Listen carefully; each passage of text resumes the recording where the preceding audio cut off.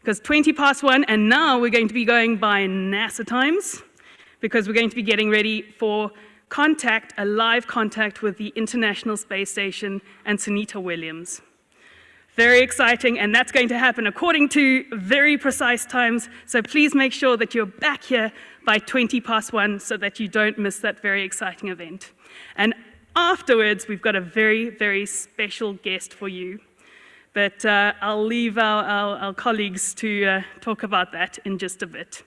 I'm going to pass over to my colleague Duduzile to now tell you about why we're celebrating what we're celebrating. Yeah, sure. Hi, good morning, everyone. My name is Duduzile Kupeka, and this is my colleague.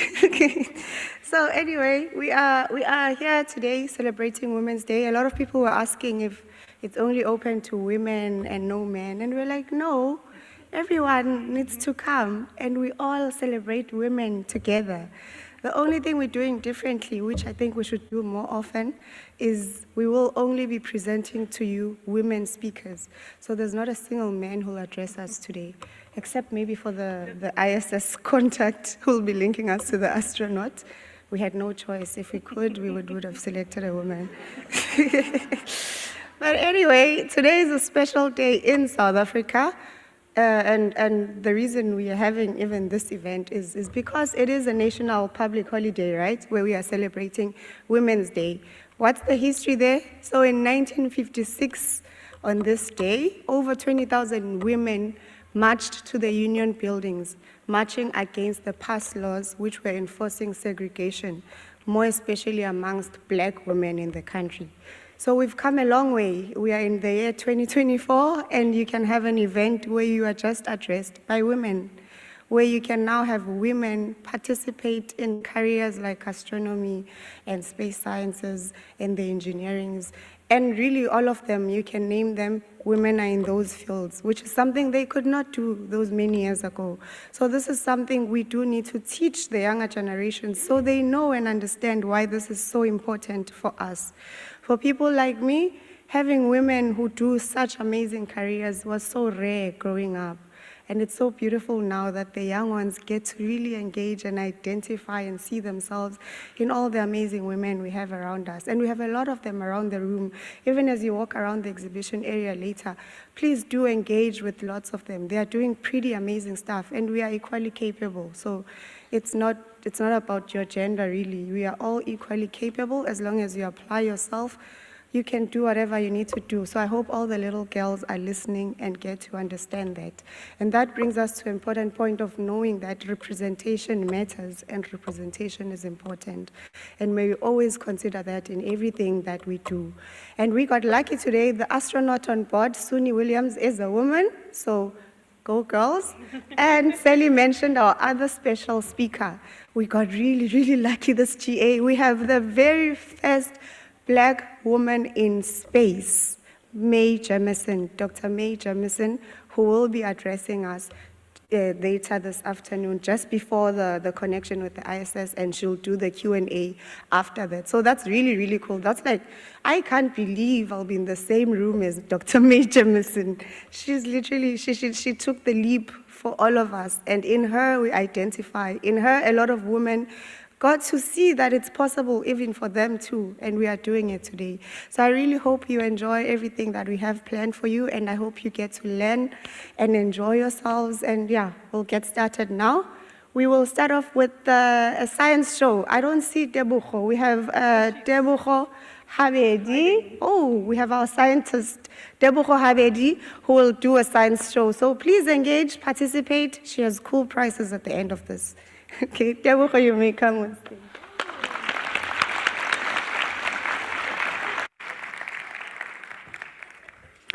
Good morning, ladies and gentlemen.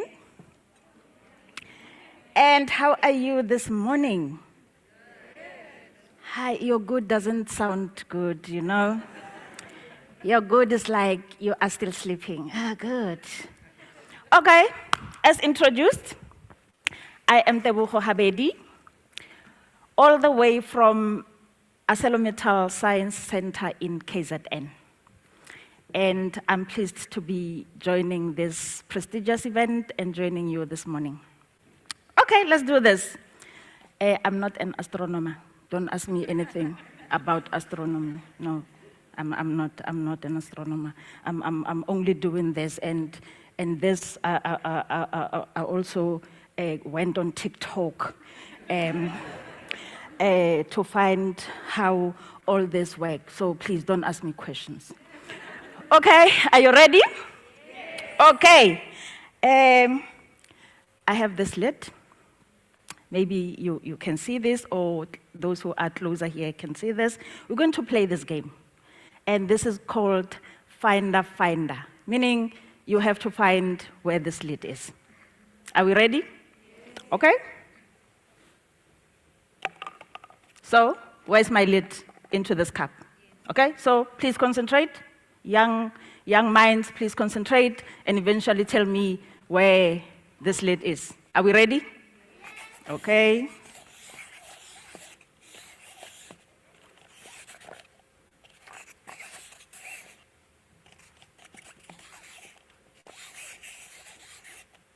Where is my lid? Middle. Are you sure? Is it not in here? Okay? Not in here? Are you sure it's in the middle? Oh, you got me. Okay, you got me. And now I'm going to make my game even more interesting. Okay? Let's see. You should concentrate again. This is pure water. You saw me drinking it. Don't say it was having a magic. No, it was not a magic. This is water. So I'm putting this water into this glass. You see where the water is going? Okay, in which glass? This one. Oh, my right. Okay. Same thing again. Let's see if you're going to be able to concentrate. But you know, after doing this, I'm going to need somebody who is brave enough. Who would say, can somebody read my jacket?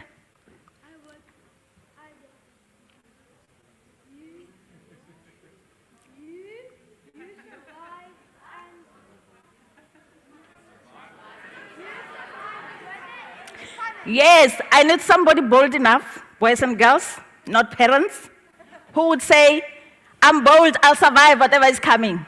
Okay, I saw a hand. I saw your hand. Yeah. Okay, not now, not now. After this game, you must run here. You're bold enough. Oh, we'll see.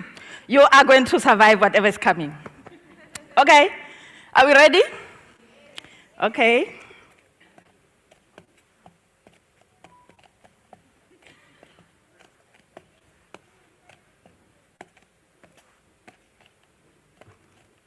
Where is my water? Right, left. This one? Oh, okay. What? Please run. Please run, my darling. Let's survive. Let's see. Let's see. Please give him a round of applause.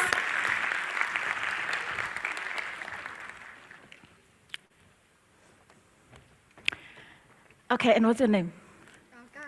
Carlo. Yes. Okay.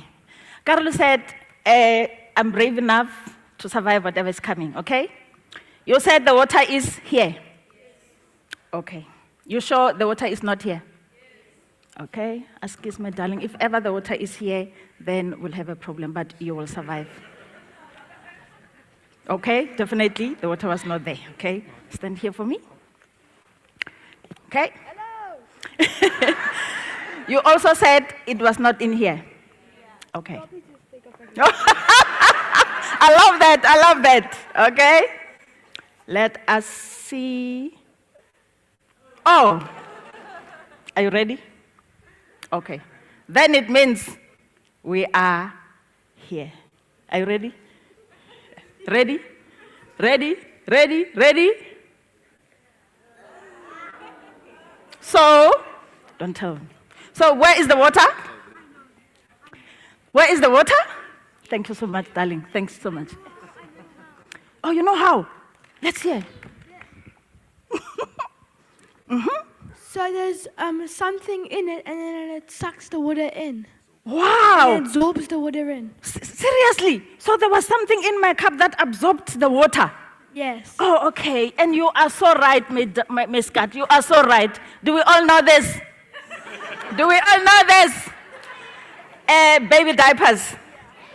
In a baby diaper, there's a substance, salt sodium polyacrylate. This substance can absorb water to 30 times its mass. So the little I put in here will absorb as much water as possible. Thank you very much. You're so clever. Thank you, thank you, thank you, thank you. Okay. Are we now ready for the second demonstration? Okay, okay. You know, science is so fun. We experiment, we fail, we don't give up, we do it again tomorrow. That's who we are. We don't just give up. So I have my special bottle and my special balloon. So when I talk to this bottle, you'll see what's going to happen. Okay, sweetheart, you must behave, and yeah, you must do it. You must show them, okay? Yeah, you must show them. Show them what's happening. Yeah, I knew you would never. I knew you would not disappoint. We come a long way. We come a long way. When I talk science to you, you cooperate. I love it. Who can tell me? Who can tell me what is happening here? Okay, the hand is here. Okay, let's get the mic. There's two substances type things, and together when you shake them, it creates carbon dioxide. Did you hear our scientists? Ooh, ooh, ooh, ooh. I was still going to ask which gas was formed, and already she said there are two things. When they react to each other, they form carbon dioxide. So what must I say? What must I say? Okay, I had bicarbonate of soda into my balloon, and then I had vinegar in my bottle. So the minute I was talking, I was pushing the bicarb into the bottle so that it can react with the vinegar. And indeed, the reaction forms carbon dioxide. Okay, carbon dioxide is the gas that we breathe out, we know. And which gas do we breathe in? Oxygen. Okay. Now, I still have my beautiful water that I can drink here. And then I want to make a juice. So, and I want to make a blue juice. Okay. So after making this blue juice, I then want to do something with this juice. Can you all see this juice? Okay, now when I blow, I hope my lungs can carry me through this. Okay, now I want to blow. So when I blow, which air am I taking out? The carbon dioxide. Yes, we are right, I'm taking out the carbon dioxide. So let's see what is going to happen. Look clearly. I hope you are brushing your glasses and you are zooming in your lenses. So let's see.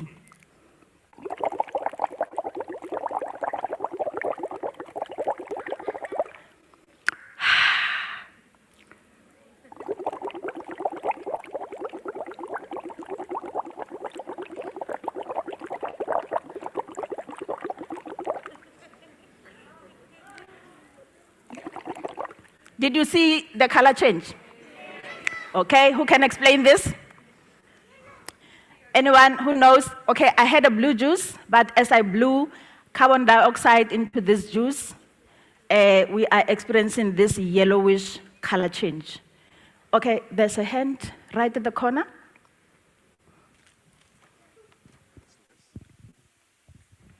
So if you add like oxygen to the liquid that you put in to make it blue, then it reacts, changing color.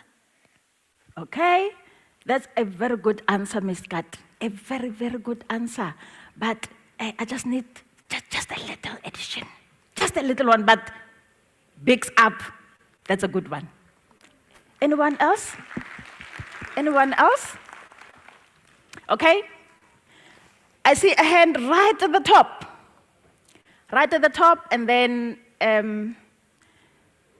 because we don't have much time, I was only given 15 minutes. Can you believe this?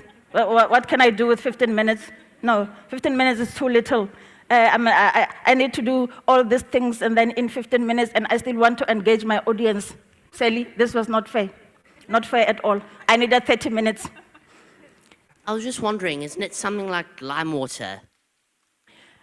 Okay, thanks for the contribution. Okay, quick. I had water, and in this water, the blue thing that I put in here was bromothymol blue. So it is one of the indicators. And we know indicators has one color in an acid and another color in a base. So the original blue was a base, but now as I blew carbon dioxide in here, now my carbon dioxide, when it comes into contact or reacts with the water, it formed an acid. Carbon dioxide, so it formed carbonic acid. So that is why we had this change from blue to yellow. So whenever you use bromothymol blue, if your solution turns blue, you know it's a base, and whenever you get a yellowish color, then you know you have an acid. Thank you very much for all the contributions. Okay, now for this one, I need anybody, whether a child or an adult, who can say, I can blow, I have big lungs. I can blow a balloon like nobody. Okay? Anyone else? Okay, let's have a lady and a gentleman. Let's have a lady, and then let's have a boy or a gentleman. Come, run, NASA. We have somebody from NASA. Yeah. Sorry, and then they'll choose the balloons. Yeah. Okay, let's see. Now we're going to have a competition, a mini competition. Yeah. And the guy is small. Hey, but the guy is saying, I have big lungs, I can blow. Yes, let's give them a round of applause. Okay, choose your color balloon. Red. Oh, you love red. Okay. Okay, now let's see. Let us see. Okay, let me help you put this balloon inside, because now, hey, you must really blow. It will squeeze. Don't squeeze it. We're just blowing. Put the balloon inside, and then the mouth must hang. Yeah, wrap around. It's gonna make a weird sound, like a. You'll I see. know that. Is it? You've done this before. My word. Okay, let's get another one. It's okay, I pulled it over. Oh. Inside there, so it should be fine. Should be fine. We don't want you to be cheated. No, wait, don't blow as yet. Don't blow as yet. Let's get another one. Can you take the yellow? Yeah. Just get the yellow. Move it and sit. Okay? Let's try this again, Yeah. Let's try this again. And please, gents, you must cheer him. And all the ladies, this is Women's Day. All the ladies, please cheer her up. Yeah. On a count of 3. So I'm gonna say 3, 2, 1, and they start blowing. Okay? Shift this side. Shift this side. Okay? Are we ready? Okay.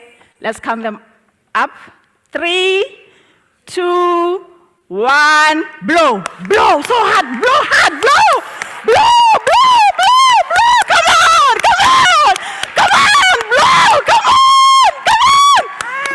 Come on. Blow. Come on. Blow hard. Okay. But I think you saw.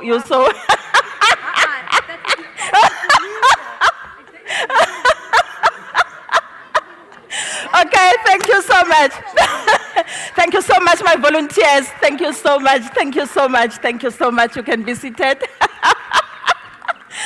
Okay. I just saw the small chap here, and I'm like, Oh my goodness, no, I can't do this to you. I can't do this to you, my child. You're so, and I'm sorry, Scott. I'm sorry, Miss Scott. I'm sorry, Miss Scott. But yeah, the competition, you know, the competition was not fair. So yeah, I just decided. I'm sorry. Okay, simple thing. In one of these bottles, I made a small prick at the bottom. We know there's air all over, so these bottles are filled with air. So as we put the balloons, we enclose the air inside. No matter how hard you can blow, Miss Kat, it was not going to move. Yeah, it was just going to move a little because this bottle is filled with air. Only a small, now when you blow, you compress the whole, everything in here. So it will just make a small space. Whereas, because I have a prick at the bottom, whenever he blows, then the air is pushing out. And then that's how the balloon was able to do that. Thank you. How much time? 1 minute. 2 minutes. Okay, with these 2 minutes, I need 5 volunteers, please. Quick. 5 volunteers. Come, 5. Come, 5.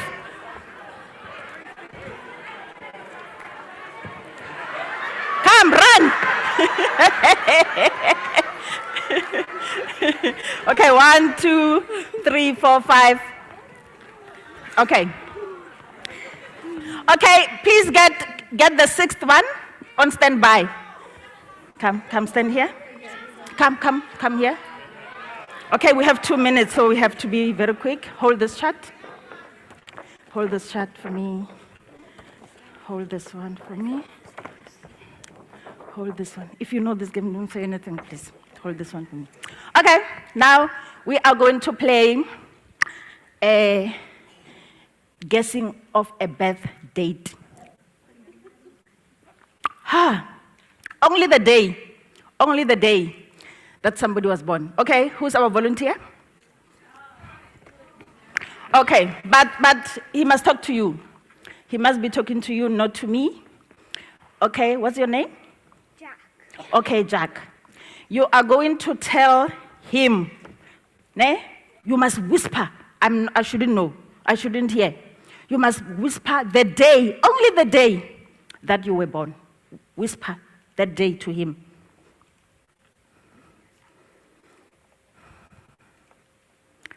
Are we ready? Okay, I did not hear what they were saying. I don't know Jack, so you can't be saying, Jack told me when he was born. Okay. This game goes like this. Jack, please stand here. Right in front so that you can see the charts. Okay, Jack, you know the day you were born, and you know maths. You know these numbers.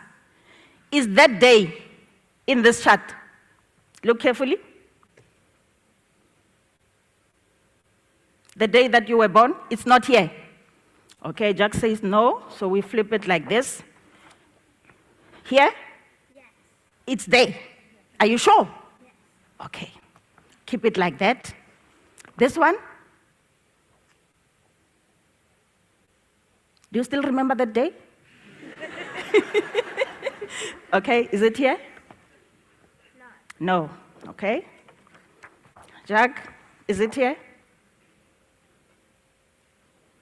Yes. Yes, okay. And you can shift so that you can see clearly on this one? No. No. Flip it like that. Okay, Jack, let me do my calculations and see. So, Jack, you were born on the 10th. Yes.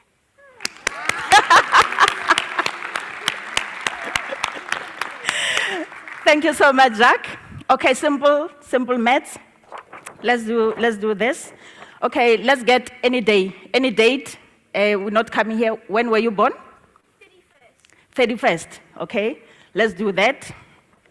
Let's do that. You were born on the 31st. So what we do is we check. She will say, yes, here. Is it there? Yes. Is it there? Yes. Is it there? Yes. Is it here? Yes. So even if I don't know when you were born, what I do, these numbers are arranged in powers of 2. So the right hand corner, you see the 16 and the 8. So I use all these numbers to add them up, and they will give me the day you were born. So it will be the 16 plus the 8, and then plus the 1, plus the 2, plus the 4, and they will give me 31. That's how I get it. Thank you. Thank you so much.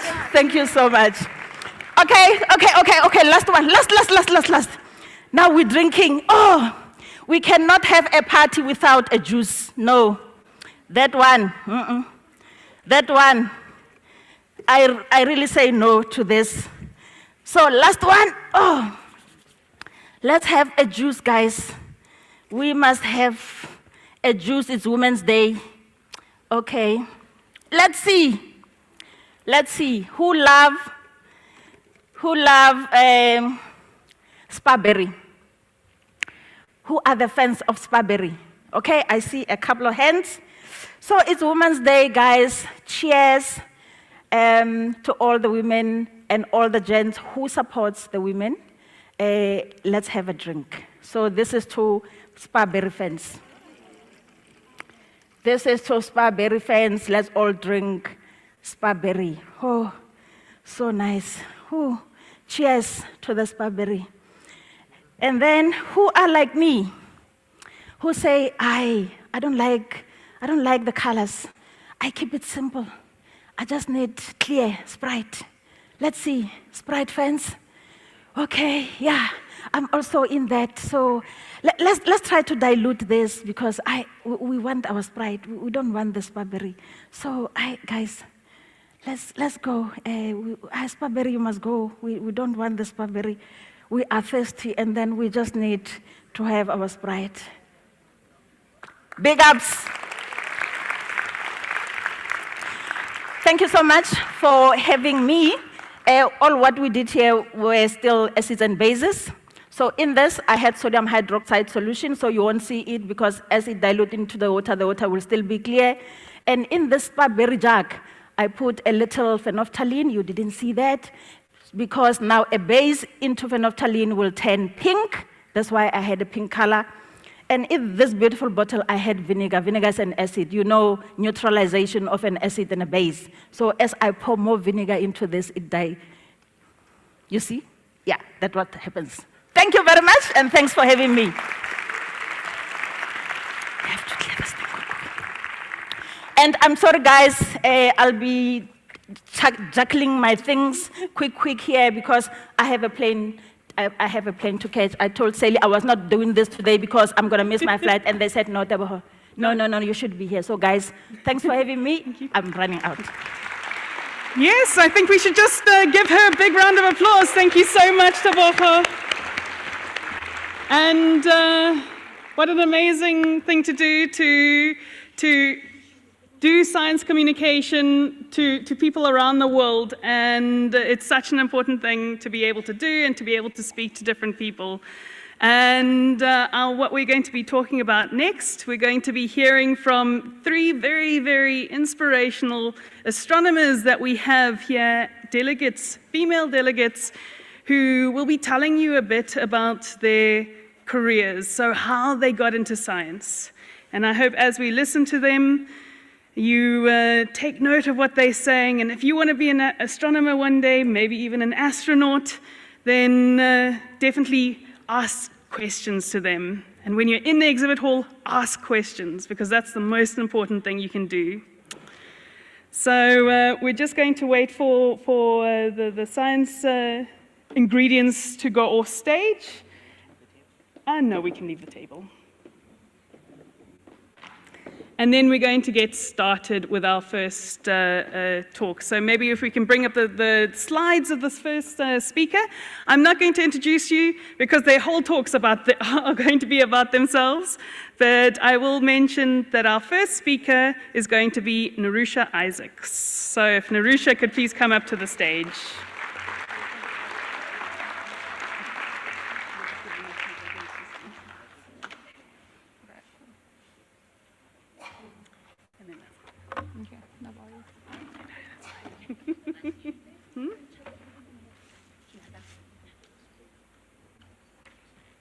Yes, can't have the diapers out on stage while we're having the talks. We've got to have some professionalism. Thank you so much. Once again, a big round of applause for Tavoka. Over to you. Good morning or good afternoon, I'm not sure what the time is. I'm going to give you a little... So it's still good morning. So I'm going to give you a little bit of a history of my journey and how I got here. So I am Narusha Isaacs-Klein. I'm a wife, a daughter, a sister, a friend, a dog mom, and an astronomer. I'm going to start out with where I was born, where it all started. Then I'll go to the challenges that I had and some lessons that I've learned, my turning points, and then where I'm currently in my journey. So I was born, bred, never fled, stayed in Cape Town, studied in Cape Town, still in Cape Town. So for all the learners that are here, if you're from South Africa, from Cape Town, you have lots of opportunities, okay? I moved around in Cape Town, but not more than 30 kilometers from each other. So I've always been here my whole life. I've traveled a bit, but I've never called anywhere else home. So the journey is never linear. My life has not been linear. I went to primary school, high school in Cape Town. I come from a humble beginning, impoverished background. So to everyone that has these financial struggles, there's lots of opportunities for you. I didn't see that at first. I finished high school and I was like, I'm going to get a job because I'm going to help everyone. And there was one lady that was a turning point for me, a lady at University of the Western Cape. I still have not found her since that day. She phoned me 6 times during the registration period in the year that I was supposed to study. And I was like, I don't have money, I don't have registration fees, I don't know how you expect me to pay this. And then the one day she phoned me and she's like, just come to the university, I'll show you. And she introduced me to something called NSFAS. And at that time I knew nothing about it. And they said, okay, so you need a minimum of, I think it was 1,000 Rand back then to register. And I was like, I don't have that even. And somehow this lady miraculously made everything all well, and I registered and I started my first year, and I'm so grateful for what she's done for me. It just takes one person to be a turning point for you. It just takes one person. And what I always say is, whatever is meant for you will not pass you. So I applied to all the universities when I was matric. I thought, okay, I'm going to get somewhere. And no one responded with regards to bursaries, and I was like, okay, cool, we'll see. And then this lady phoned me 6 times, and I was denying, and somehow it worked out. Okay, I did my undergraduate degree at University of the Western Cape. Then I went to do my honors at UCT, University of Cape Town. And then I went back to do my master's, and that time COVID hit. And we were all at home, and while it was somewhat easier to study at home, it also became like your whole life, because that's all you're doing. And then you need to realize that you need to have like a work-life balance, right? And in that moment, a support system is great. I have had many women in different organizations that has been the greatest support. So your support system is everything. I had family that was supporting me, I had friends, I had random people, and in that time, Astronomy in Color was formed. I don't know if anyone from Astronomy in Color is here, but we are a group of females that are in astronomy, and we just supported each other. We had remote talks just to motivate each other and get through this. We also started the Future Leaders in Color, so that's an outreach program that we have, and that was something that kept me grounded. So in academia, you'll always try to find purpose, and it's not always that you're going to find purpose in your research, because it can be daunting, and you can get to a point where it feels like, okay, there's nothing, you feel like nothing. So that was something that kept me grounded and made me feel like I have purpose, because I've been going to schools and telling everybody about the amazing opportunities, and it just takes one person that takes your advice and goes to study further that makes you feel like you've done something. So Future Leaders in Color is something that has my heart, will always have my heart. And then I started my PhD and I'm still currently busy with my PhD. And as you can see, I've studied for a very long time, but I'm still considered an amateur astronomer early career. So you have to choose your field very carefully, because I am studying for so long, but I'm still pretty much early career scientist. So there's a journey, and you're going to face a lot of challenges, and you're going to have to grab onto your support system. So just remember that where you come from matters. It doesn't mean that that's where you're going to end, but it matters. So hold on to your family, hold on to your support system, and you can still go further, but don't forget where you've come from. And then, like I said, there was many turning points, and the kind lady at the university was the biggest turning point for me. And family was everything for me, supporting me, guiding me, professors that were very supportive, and funding that I've had for my whole career. NSFAS was not the easiest. At that time, we did not have all the money that they give you now, like all the stipends and things. So in my undergrad, I actually worked at the time quite a few jobs just to get by. And when I started my honors, I had a very good bursary, which made me continue studying till now. If I did not have that support, I would never have continued studying. Because as you all know, we have to live. You can't just live on your academics. So make wise decisions, and if you have passion for something, it will fall in place. If that is what you want to do, it will work out. So don't let anyone ever tell you that your wildest dreams is too big. As long as you believe, you don't need anyone else to believe in your dreams. Not anyone. As long as you believe in your dreams and you are focused to achieve whatever you want, you can do it. You just need to make sure that that is what you really want to do. That's what you're passionate about. Don't do it for your parents, don't do it for your friends, don't do it for anyone else. Just do it for yourself, okay? And then, like I said, support system is very important. Okay, so where I'm currently in my life. So I'm currently doing my PhD, doing research. I organize outreach activities. I'm a coordinator at University of the Western Cape. I am going into science communication, and I mentor, let's say, high school students currently they can do science, not necessarily astronomy, but any sciences. And something that I grew up with is my mom always said, what are you going to study? Not if you go study, what are you going to study? She didn't care what we did as long as we went to study. So matric is then the end, and we all know this. There's just not many job opportunities with your matric. That's not the end. So it's what are you going to study, not if you're going to study. And then there was a teacher that I had way back when, grade 10, I think, and he always maintained when we wrote exams, someone would always say, good luck, good luck. And his saying was, luck favors the prepared. So if you have not prepared, your luck is gone. You left your luck at home because you haven't prepared for anything. So luck favors the prepared. Prepare for every little thing. Wake up every day, prepare for what you're going to do, whether it's the smallest task.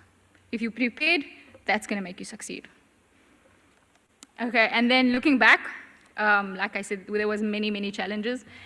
When I worked multiple jobs, it was super tiring, but I did it. I'm here. I'm evidence that it can be done. I'm not saying you have to do that, but if you're passionate about something, you'll do it. And then there'll be setbacks, many setbacks. You just have to roll with the punches and decide what is the path. It's not linear. You're not going to follow someone else's road. Just because your friend is going to do honors in something, it does not mean you're going to do the same. You're going to follow your own path. Don't compare yourself to someone else, and don't compare your challenges to someone else's challenges, because your challenges is different. Someone might have financial challenges, and you don't have that, but you have your own background of mental health or some sort of challenge. So your challenge will never be someone else's challenge, and you need to go through it yourself, with your support system, but yourself. You need to motivate yourself. I know there's something called motivational speakers, and they're great. Absolutely amazing. They will tell you all the amazing things, and you're going to feel super motivated, maybe for a day, a week. But if you don't have motivation for yourself, or self-motivation, then you're not going to have someone speak to you every single week just to motivate you, to get you to do something. So you need to believe in yourself and your capabilities, and be able to put yourself forward for any task. Take any opportunity you get and grab it with both hands. If I didn't say yes to the lady, and she just decided, okay, well, I phoned you twice, and you don't want to take it, and then I would have lost out. I probably would have ended up in like some other job, not studying at all.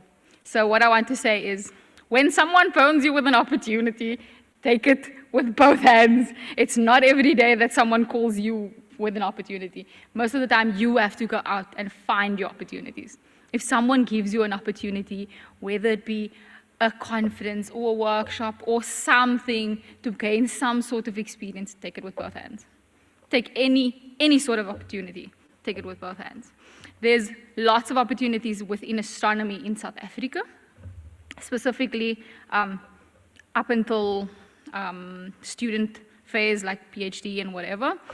But I am going to be honest with you, it's a long journey. If you are not prepared to study for many, many years, don't do it. I'm not going to lie to you and make it all rosy, but you need to be dedicated to give that time. It's not an easy journey. No one ever said it was easy, but if you want to do it, it will be fine. You're going to cry, it's okay. There's going to be nights where you're going to lay in your bed and just going to cry. That's fine, as long as you get up the next day and you continue. So if you do want to study science, take a moment to figure out what you want to do, what you want to do long term, whether this is where you really want to be, and figure out if this is something that you're willing to put your efforts into, because that's your 100% your efforts. Your mommy, your daddy, your friends is not going to do it for you. That practical that you need to do, it's not going to do itself. Yeah, so you need to know that it's all up to you. No funding is going to make you pass your exams. So you can have the best funders, you can have the best support system. If you're not motivated to do it yourself, then just leave it to anyone. Okay, I'm done. I have said my say. Thank you. I will be here if you have any questions. All right. Thank you very much. We've got time for just one or two questions. Are there any questions in the room for our wonderful speaker? Yes, down here in the front. Oh, you just wait to enter the mic? Oh, there we go. Do I have to? She's right. When you say worth it, what do you mean? You said now it's a lot of years that you have to study and it's a long journey and you can't have somebody else help you. You need to be the one to do it. But in your opinion, do you think it was worth it to study all those years? Have you gained a lot now through learning all of this about the science that you're doing? I've gained a lot in my personal capacity with regards to academics and with regards to the person that I've grown into becoming.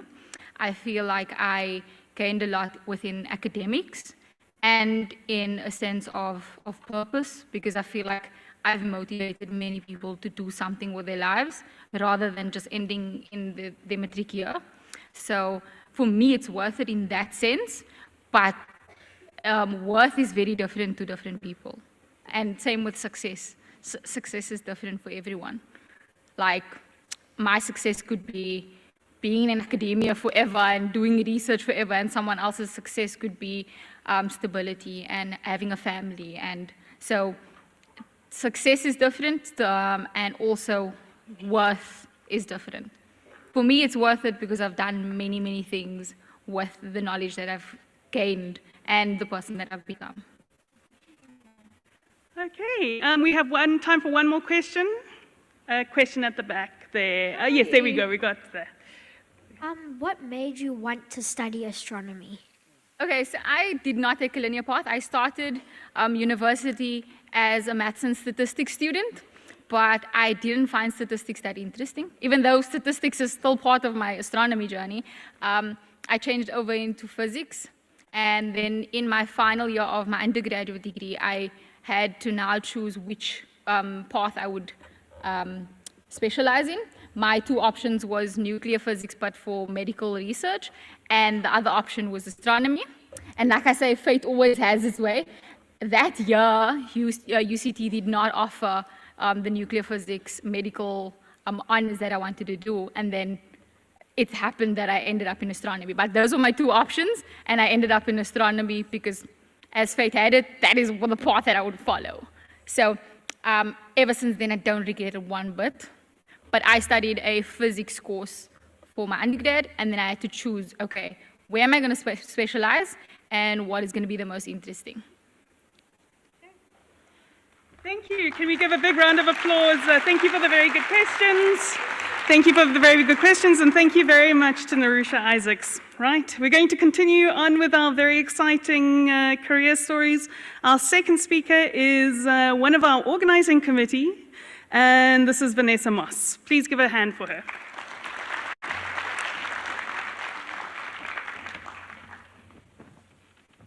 Hi, everyone. I'll just give it a sec. Oh, there's my slides. Excellent.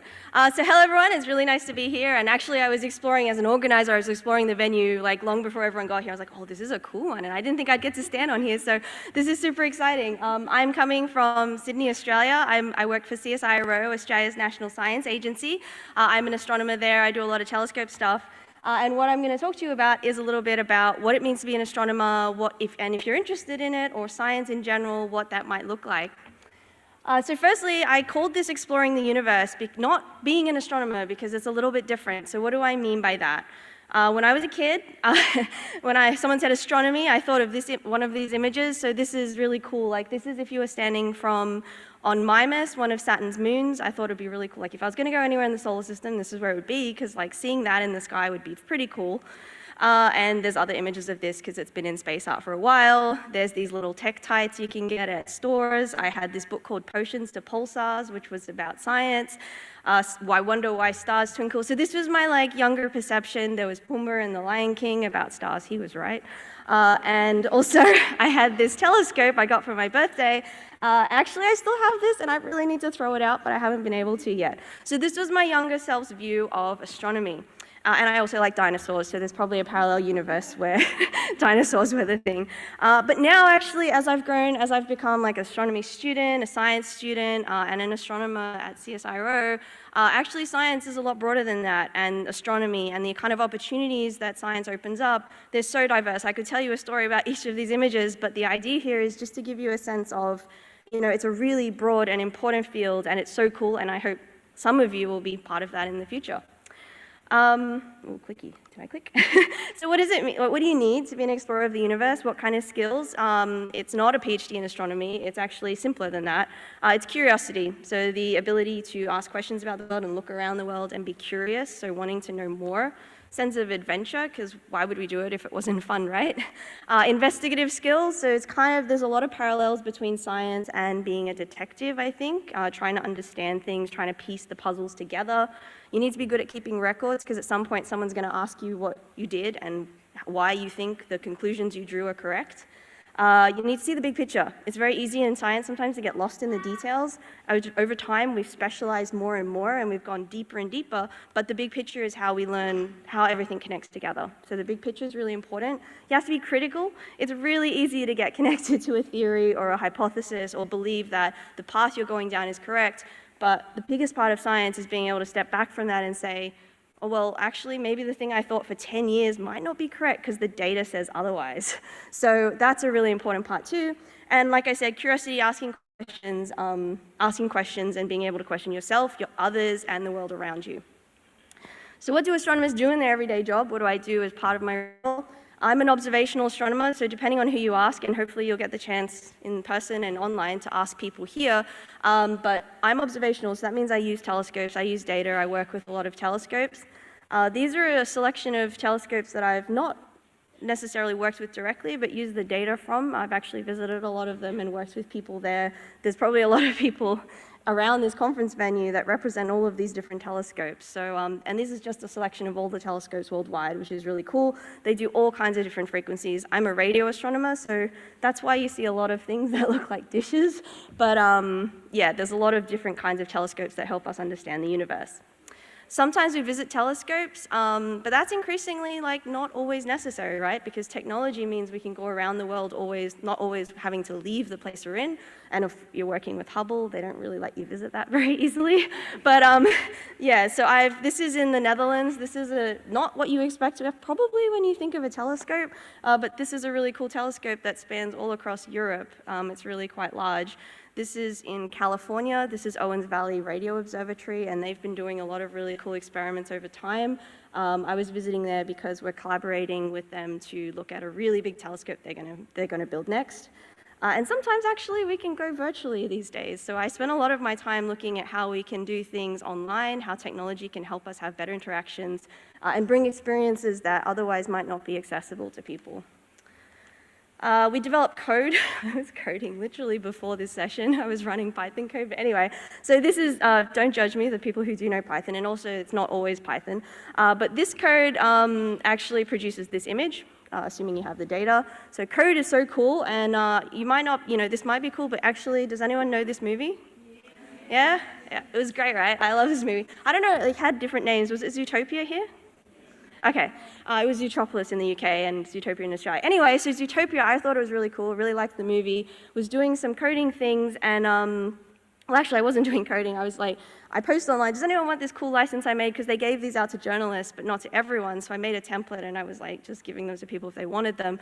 And then suddenly it went from 100 requests to like 1,000. And I'm like, I can't do this manually.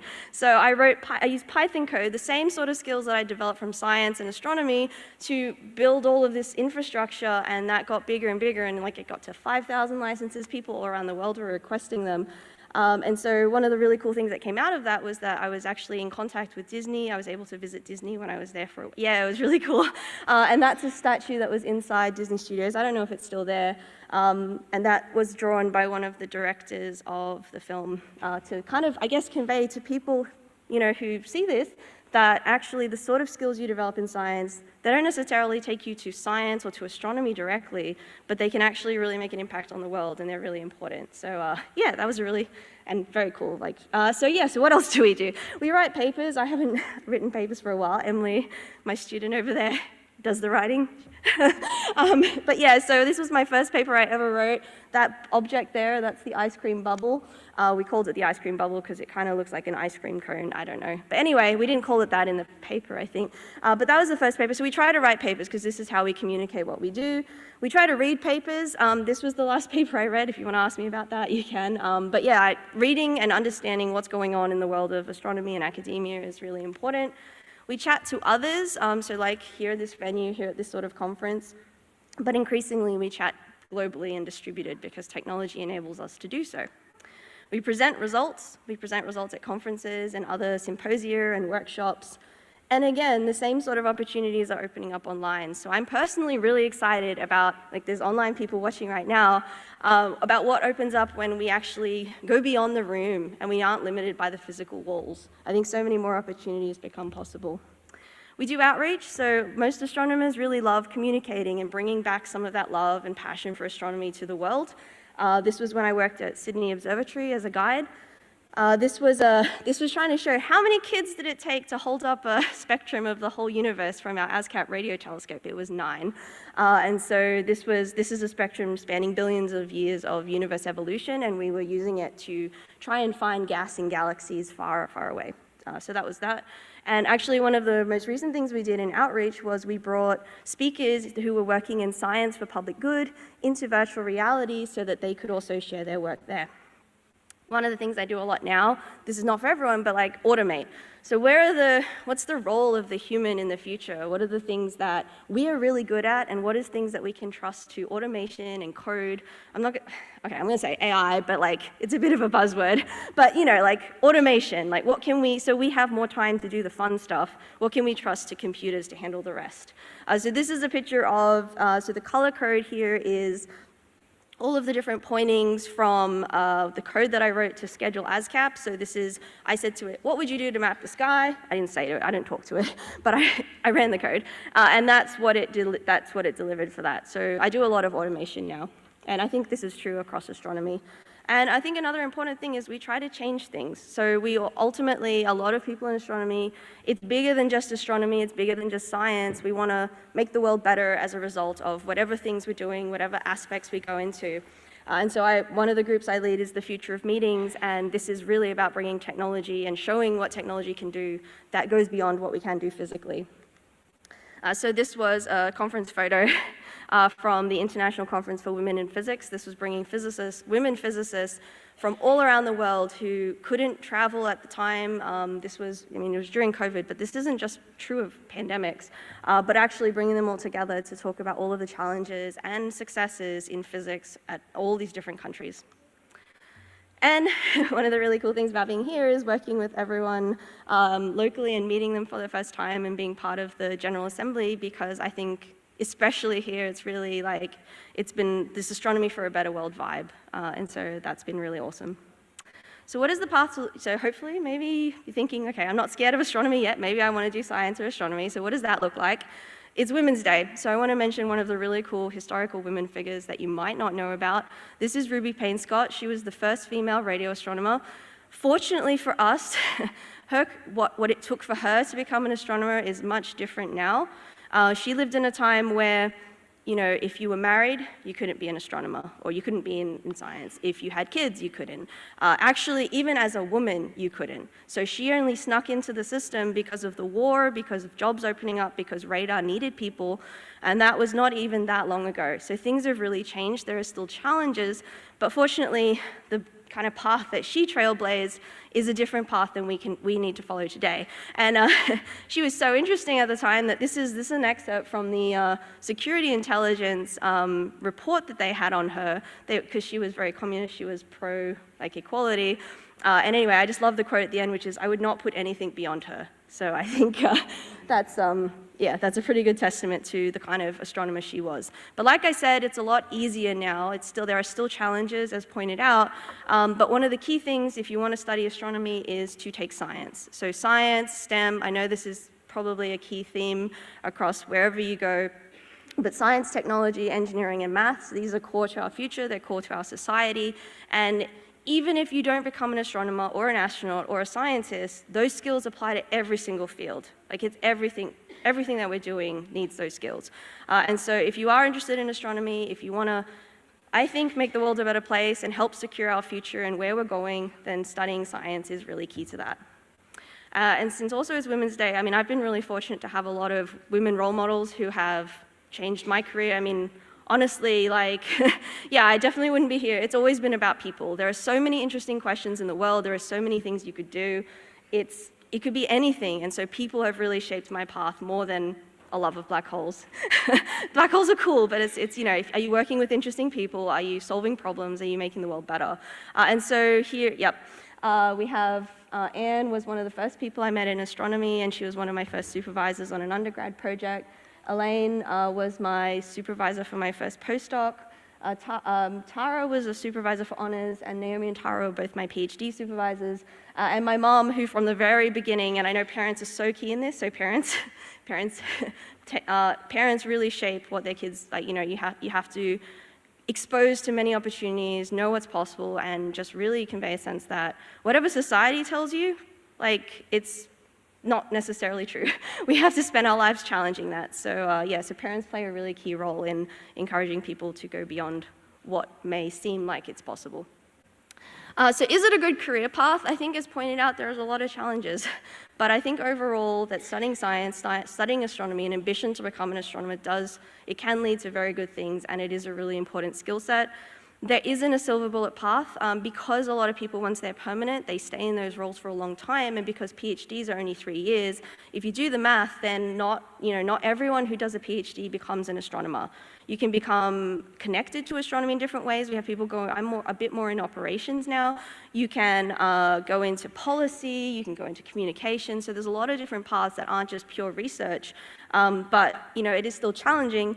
But at the same time, so I really this is not the Japanese version of Ikigai, it's sort of an interpretation, but I really like it because I think ultimately we never really necessarily get the perfect job or the perfect career or where we want to be, but we have to figure out what's important to us. And that's the cross-section of these various things. So what do you love doing? What are you good at? what does the world need, and what you can be paid for. Very important. So anyway, so I encourage everyone here to think about that and just see, like, because ultimately I think you do have to prioritize some of these over the other. Perfect scenario, right in the middle, but otherwise, you know, find the balance that works for you. And so like I said, increasingly in astronomy, we are thinking about the impact of what we do on the world. It's something I think about a lot. How do we take what we learn in astronomy and make the world better? I really hope so. Become an explorer of the universe today. That's my message, regardless if it's astronomy or not. Think about what you do, and if it's science, how can you help make the world better and explore the universe? So, thank you.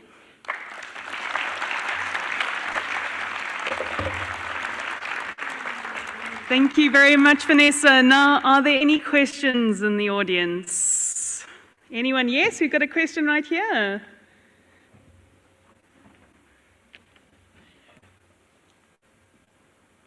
What do you mean by you get to like test the fun stuff? I mean, this probably varies, but I hate doing the same thing more than once. So clicking buttons. So for example, one of the reasons we automated the ASCAP telescope, I oversee the science operations for that, is because it was sort of, the interface was designed with a human in mind. So there was a button that said, click, so to set up the telescope, we would have to say, click startup, click set frequency, click this, click that. And over time, I'm like, literally, like, I'm just doing what a code would do. This is not fun. Can we have the automation do it? And I'll go, like, write something else over here. So I think, I mean, it's not always just, like, I guess humans are really good at certain things. We know, for example, like, a human can look at our monitoring screen, which has lots of buttons and colors and everything, and spot the difference really quickly. But humans are not good at sitting in front of a screen and noticing change over time because they get bored. So I think it's really about, okay, what is it we're good at? What is it we enjoy doing? Because then we're going to be better at it. And then everything else, we like, take it over AI. Not AI, but just automation. So that's what I mean by the fun stuff, because like the fun stuff is what you want to do, right? Yeah. Great, thank you. Is there any other question that we have here in the audience? We got one question, and then we'll move to our next speaker. Thank you so much for your talk. It was really wonderful. I just wanted to ask, what made you interested in radio astronomy particularly? Yeah, it's a good question. Like I said, my mom from a very early age, she's like, you know, you need to know all the cool things you could possibly do and then pick eventually. So I liked science and I liked astronomy. It was really, true story, I had to choose between physics and food tech. I can tell you about that later. I was like, do I want to do food tech? Do I want to do physics? This was in high school. I got to physics, but then at university, so Australia, there's a few countries in the world, South Africa is also really strong in it, but are really good at radio astronomy. So Australia was one of the first countries that was ever developing radio astronomy back in World War II, and so that legacy is carried on. So if you run into an astronomer in Australia, there's a pretty high chance they're radio. So when I met really interesting and cool people at university when I was doing projects, one of them happened to be a radio astronomer. So like I said, like I think people are different. A lot of astronomers saw Jupiter through a telescope when I was 5, and I was like, yep, that's what I'm gonna do. But for me, it was more like, you know, interesting people, interesting questions, and so yeah, it was people that shaped my path. And then we just have one more question just here in the front. If we take care of the world and do stuff that we have to do to make it better, what will it look like if we do it for a long time? Oh man, that is the best question, and I really hope you're kind of leading the charge in that. I think what it looks like, so like if everything we do, we always keep that in mind and we think, okay, are we leaving the world better today than we did yesterday? Then I think we really have a chance of going towards a future where hopefully we can mitigate climate change, we can have a sustainable future, secure jobs and stuff. It's not easy, but I think just going into that with that mindset makes a big difference. So I don't know, I mean, maybe you can help shape that, because I don't know yet, but I really hope that's the world we end up in. Yeah. And on that note, I think we give a clap to Vanessa, clap for those wonderful questions, and to a better world, might as well. Thank you so much. We're now going to have our last speaker speaking about her inspirational career story. This is Anne Jerry. Please give her a round of applause.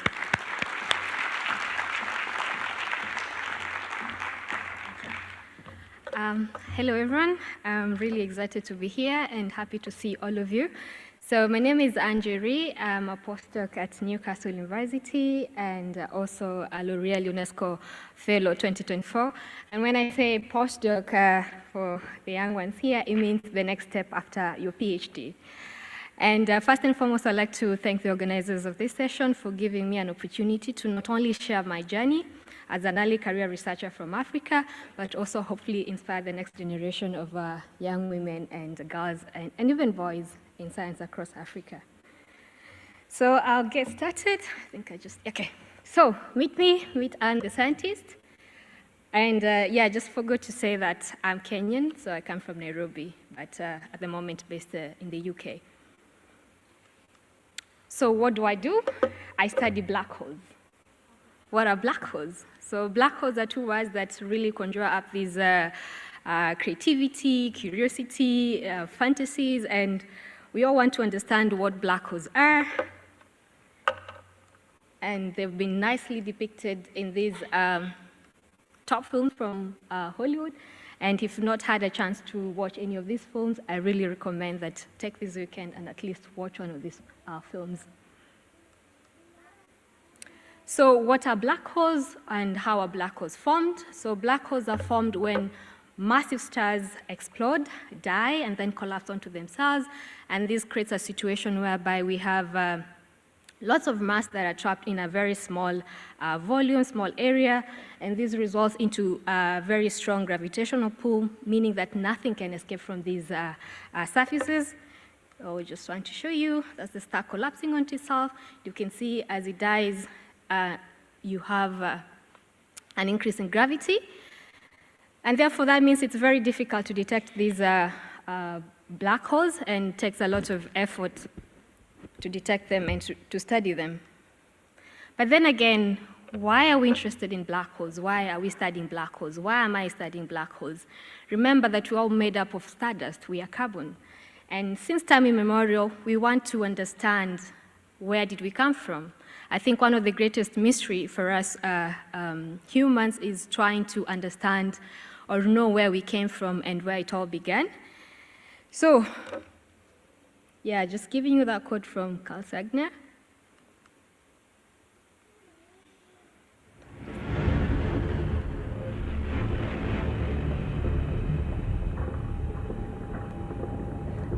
Cool stuff. Okay. So getting back to it, black holes are the most powerful, the most energetic objects in the universe. And we believe that these black holes reside at the center of each galaxy, including our own Milky Way galaxy. And also as scientists, we believe that these black holes influence star formation, and therefore, in order for us to understand how the universe was formed, how the stars were formed, how we came into being, it's very important that we find all these black holes in order to go back in time and understand where it all began. So how do I do this? How do I find my black holes? So this is just depicting what happens in these black holes, these systems. So how do I find these black holes? I use a technique called the very long baseline interferometry technique. It's a very complicated technique, but I'll try and simplify it today. So it's a technique whereby we combine multiple telescopes spread across the world, tens of thousands of kilometers apart, in Australia, here in Hatrao here, somewhere here in South Africa. We have telescopes in the UK, in Japan, in China, in Australia, in the US. We combine all these telescopes to form one huge, powerful telescope observing a single object in the sky. And why do we do that? The reason why we do this is because it's difficult. It's practically impossible to construct such a huge, powerful single telescope. And therefore, by combining these multiple telescopes, it gives us a high resolution that enables us to observe these very distant black holes. And when I say high resolution, everyone has a cell phone and you have a camera phone. And if you have a very nice camera phone is about 20 megapixels. So imagine when you combine these multiple telescopes, they give us resolutions up to millions of megapixels, and therefore enabling us to zoom into these black holes, identify them, and study them, and image them. So using this technique, we produced the first ever image of a black hole. I'm sure most of you might be familiar with this image. Like I said, it's very difficult to image these objects, and even JWST hasn't done this yet. So we produced we produced this image of a black hole using this VLBI technique, and the experts, EHT experts, are in this room, so just find them and talk to them. So using this technique, I discovered some two black holes orbiting each other in a system. So first and foremost, like I said, it's very difficult to detect even a single black hole. So detecting two black holes orbiting each other in a galaxy, it's extremely rare and extremely difficult. But then using this technique, I detected these two black holes that actually reside in this system here. It's very difficult, and unless you use this very long baseline interferometry, it's very difficult to detect these two black holes. We refer to these two black holes as binary supermassive black holes, which are rare in the universe. So if you're interested in this talk, in my science, kindly come for my talk on Thursday morning in this session for more. So anyway, how did it all begin? How did I become a scientist? How did I discover these two black holes? So like I said, I am Kenyan. Long time ago, in a galaxy far, far away, when I was a little girl, like most of you here today, I wanted to be a lawyer. I thought there was so much injustice in the world, and I really wanted to do something about that. And unfortunately, or fortunately, before I became the Grinch of law, sorry, something tragic happened. There was this shuttle by NASA. Of course, it's always NASA. So yeah, unfortunately, it crashed on its on its way back to the Earth. And for me, this is one of the most notable events from my childhood. So unfortunately, everybody on board the shuttle died. And I remember being very fascinated that actually human beings could go to space. Before then, I'd never known that human beings could actually go to space. And since then, I wanted to go to space. I wanted to be an astronaut, disregarding the fact that people have already died. But I thought I'll figure out on my way back to Earth if I go to space. Anyway, so that happened. I went to high school. I finished high school. And again, remember my dream. So my dream throughout, I never wanted to be anything in my life. I'm not going to lie to you. I never wanted to be anything in my life apart being an astronaut and going to space. So anyway, after finishing high school, the reality struck, the fact being that in Kenya, we don't have any space programs.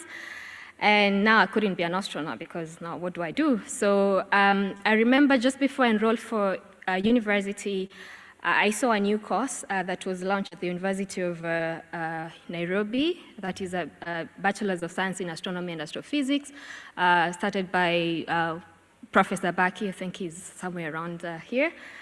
And I thought to myself, well, if I cannot go to space, then I can study space.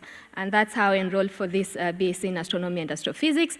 But before then, I remember, so before you join university, you have to select your courses, you have to fill in forms, you have to select six courses. So I was given this form, I selected 3 courses because I'm like, I just want to do this. So I selected BSc Astrophysics, that was my first choice, and then something geospatial, geomatic. And then when I was submitting my application form, the guy looked at my form and he went like, no, these are not, what is this? What is this? Like, I'm going to give you your form. Go home for 2 weeks, think about this. I want you to select courses like economics and business. So yeah, I'm young, I was about 18 years old. I went home, very frustrated. I was thinking about this. I consulted an uncle of mine, my favorite uncle. And then I remember he asked me like, is this what you want to do? And I said, yes. So 2 weeks later, I went back the same place with the same form, submitted the same form. And then anyway, so I ended up being initially the only female student in the class out of 13 of us. And yeah, so I did my BSc. I graduated at the top of my class, but then this is Africa. Unlike South Africa, where at least you have a little bit more of opportunities back in Kenya are very limited because you're not as industrialized. So when employers are looking for employees or graduates, they have specific, like you need to have either a BSc in mathematics or a BSc in statistics or business or something. No one is looking for anyone with something to do with astronomy, astrophysics. What is that? And I remember, whilst doing this, people will ask me in Swahili, hiyo utafanya nini nayo? Translating, what will you do with that?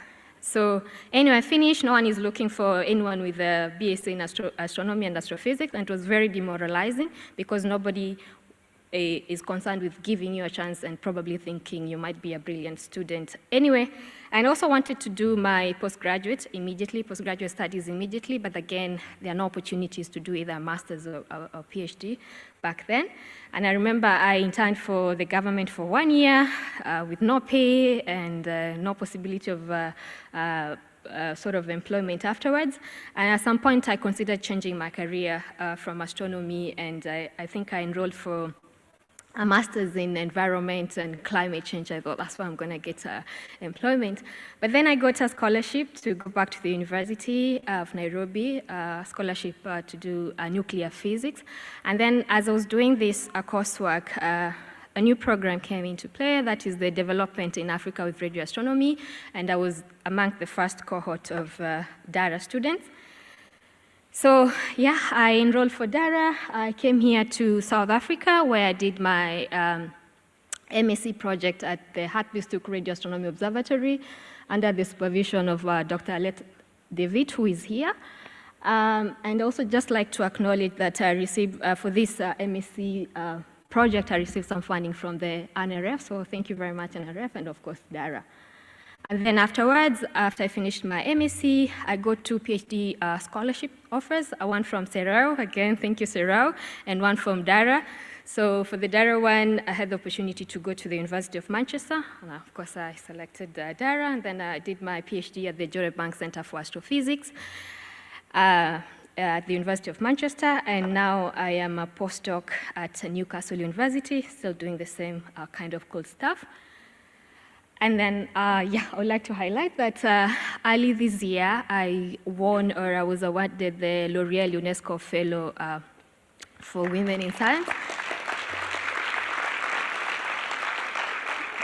Thank you very much. So this is an award that recognizes exceptional early career researcher women in STEM, and this is me, and this is at the UK Parliament, Westminster. That's first time visiting, and this is the head of L'Oreal, and yeah, one of the top scientists in the UK, the world.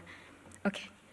So I also like to acknowledge through my journey, I've had these opportunities that have really helped along this journey, and I'd like to acknowledge because I know the organizers of these summer schools are in this, attending this meeting. So I did attend the DARA Basic Training Program. This is me with Chris Jacobs, who works at JPL, who is here. You can speak to him later. This is the International School of Young Astronomers, and yeah, I attended the Jive Astron Summer School, which was really instrumental in shaping my journey as an early career researcher. And again, I would like to highlight that if it were not for certain people, I would not be standing before here today, and I'd like to acknowledge these people. And quoting this quote from the father of modern physics, "If I've seen farther than others, it is by standing on the shoulders of giants." And I would like to acknowledge my PhD supervisor, Professor Rob Beswick, our co-supervisors and lifelong collaborators, Dr. Jack Radcliffe, Professor Roger Dean, Professor Mike Garrett. They are around, so if you're looking for a master's opportunity or PhD, kindly seek them out. And of course, my current line manager in Newcastle is very supportive, Dr. Christopher Harrison, and Professor Baki, who has been instrumental in growing astronomy in Kenya, and of course, Professor Peter Wilson, who introduced me to radio astronomy. And again, it's not just about men. I have women who have really held my hand along the journey. I have Dr. Aleta David, who introduced me to scientific research, who taught me coding in Python. I still use Spider, I don't use Jupyter, so thanks a lot. And then Professor Anna Skype in Manchester, and Leah and Dr. Althea, that I reach out to these women when I'm struggling with things like imposter syndrome, I need help with my CV and preparing for interviews, etc. And then outside academia, I wear several hats, but one thing that I'm really passionate about is this project. It's called Elimisha Msichana, Elimisha Jamii na Astronomia, and that is Swahili for educate a girl, educate the entire community. And through this project, I founded this project, and I've been leading the project for the last 5 years, and we are trying to tackle the issue of gender disparity in education in rural Kenya and Uganda using astronomy as a tool for development and social change. So if you're interested, follow that QR code and you can come and speak to me. And lastly, my last slide, how did I get here? I cannot overemphasize the importance of hard work, personal initiative, being proactive, volunteering, even when things are not looking up, even when you're not being paid, just volunteer. Of course, networking, like you're here today during this meeting, kindly network, ask for help when you need it. And of course, mentorship for yourself is very important, and also for those people behind you. I was just thinking about this, that I think that I have help. I was thinking of help, but the proper term, I think, is mentor. Lots of young people who are here who are doing their masters now, PhD. I've helped them with their master's application, PhD application, even drafting emails to potential supervisors. So it's a matter of passing the baton to the next generation. And lastly, like the speakers before me, education is a sort of an investment. If you're doing your master's, your PhD, like any other investment, like a business, it takes time before it pays off, but it eventually pays off. So many thanks. Thank you. Thank you.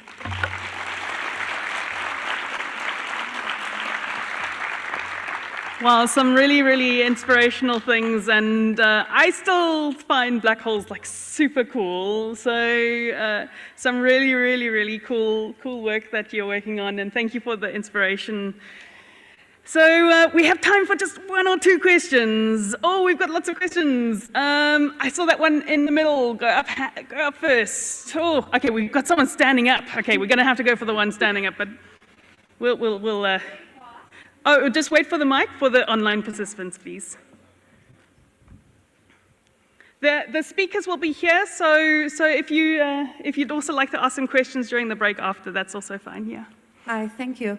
I just want to say, your success, despite the difficult challenges and almost seemingly impossibility of achieving them, it just speaks to your motivation, your drive, your passion, which is completely inspiring. And then I can't help remember that you are indicating since the beginning you just wanted to go to space. That's like your childhood dream. What is your goal now, still going forward? Do you still think that there is this chance that they're going to put you up in space? Yes, where do you see yourself going to, still going forward? Yeah. Wow, good question, and thanks for that. But yeah, I think going to space is very complicated. It's very competitive, but I always have a little bit of hope. Hopefully, if I come up with a very nice project that will give you an opportunity to go to space and conduct experiments, probably I could try and do something related to VLBI from space. So yeah, I always have that dream, but I haven't figured out yet. But yeah, but thanks for the question. Just one more question. Maybe the student right on the side there. So for those... Since a black hole's gravity is so strong, it bends space and time itself, and not even light can escape, could the theorized tachyons, which has negative mass and would need an infinite amount of energy to speed down to the speed of light, could it escape the event horizon of Phoenix A, the largest black hole in the universe discovered? Sorry?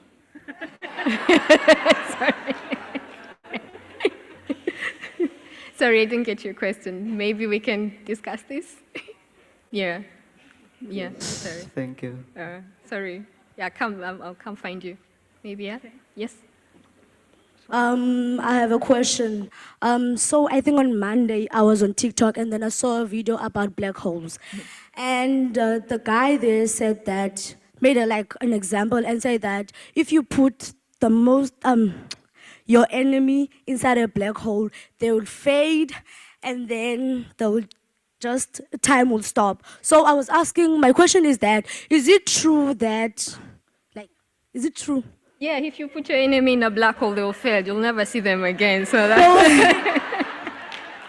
So, in the next coming years, will we go there?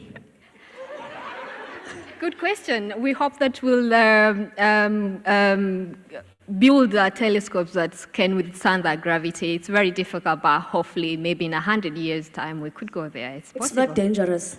It is dangerous. It's space. Why would we go there? Because we want to find out what's in there. Aren't you scared? Of course. Thank you. Thank you so much. Please put your hands together for Anne Jerry. Thank you. And I think we just want to be his friends. I don't know if anyone wants to be his enemy. So I just want to give one big applause for our 3 super inspirational speakers. I mean, isn't it wonderful? Now we're going to take a bit of a break before our very exciting next part. And you're going to be free to go to, we've got the exhibition hall. We've also got a marketplace, and next to the marketplace, we've got a mobile planetarium. So if you want to go and check out a mobile planetarium as well, please make sure that's by our friends from Namibia. And I just ask that the audience please be back here around 1:20 for our next start. And the students, if you could be here, the students who are asking the questions by 5:02. So you have to be back here quite soon. Okay, thank you very much.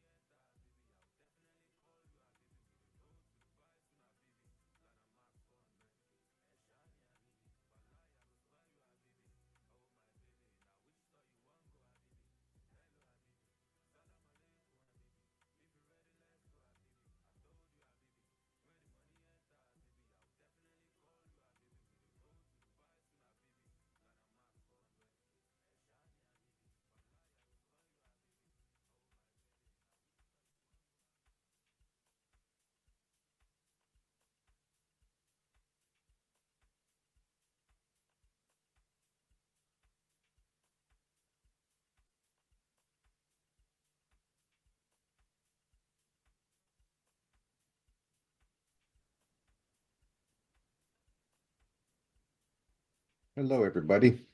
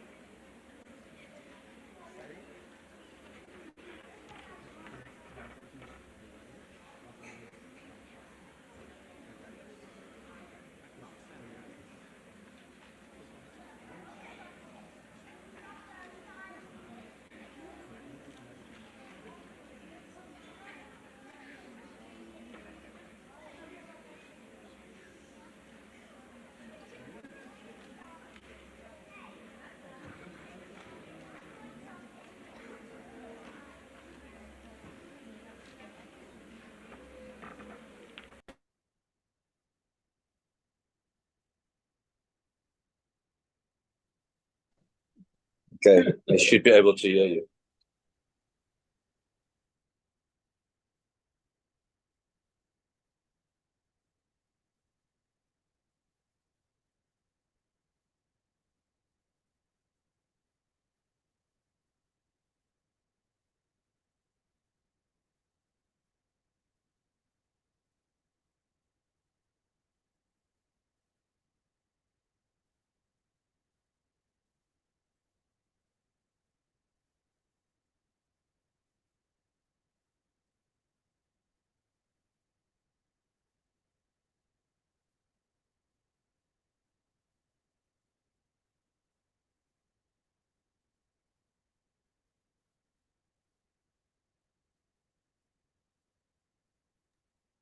Ah, okay.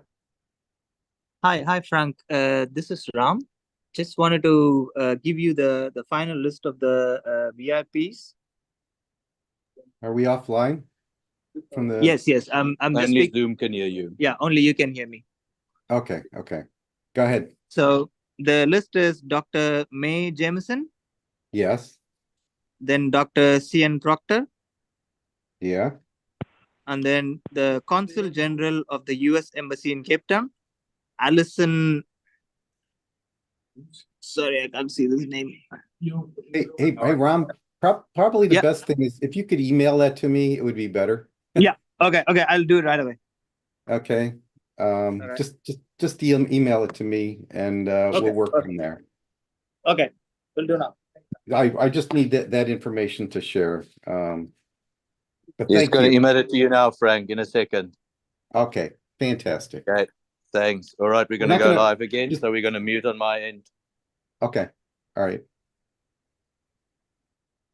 If you can hear me, I'm going to do a little on-air test on my mic.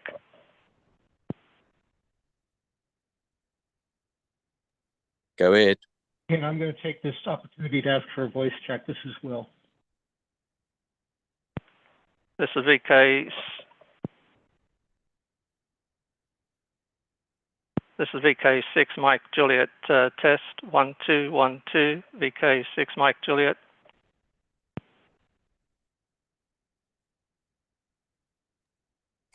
Good on You our sound end. good to me, Martin.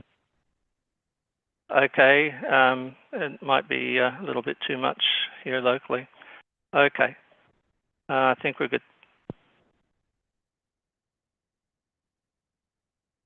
Okay, and good luck, Martin. We'll be doing a script here pretty soon. Hey, and Frank, are you able to hear me over? Will, I hear you loud and clear. Okay, thanks, sir. I'm going to go back on my local mute. Okay.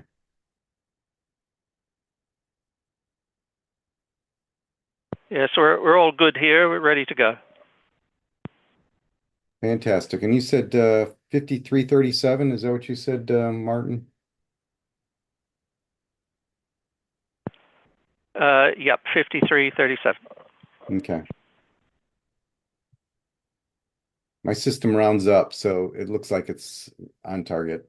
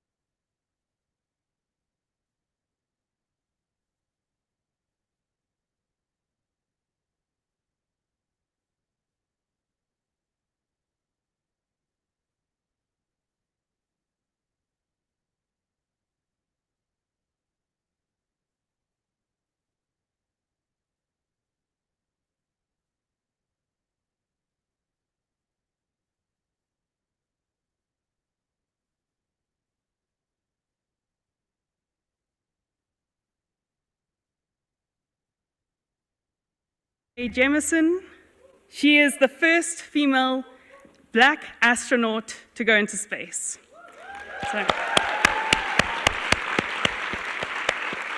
But wait, there's more. We don't only have the first female black astronaut, I mean, what a Women's Day. We also have the fourth. The first black female to pilot a spacecraft in space, Dr. Cyan Proctor, is in the house.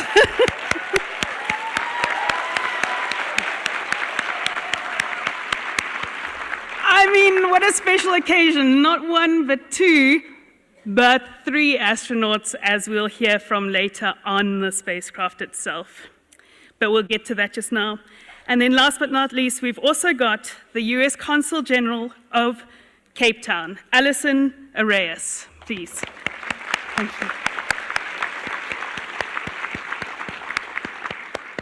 Now, I'd just like to welcome if there's any other VIPs hiding in the audience as well. And of course, a big welcome to you, the audience, for coming to this big applause for yourself.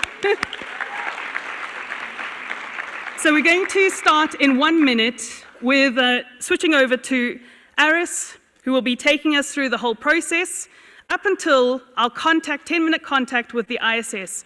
I'd just like to remind you to please keep as quiet as possible so that we can hear Sunita Williams. And then also, please make sure to switch off any of your cell phones. It's very important.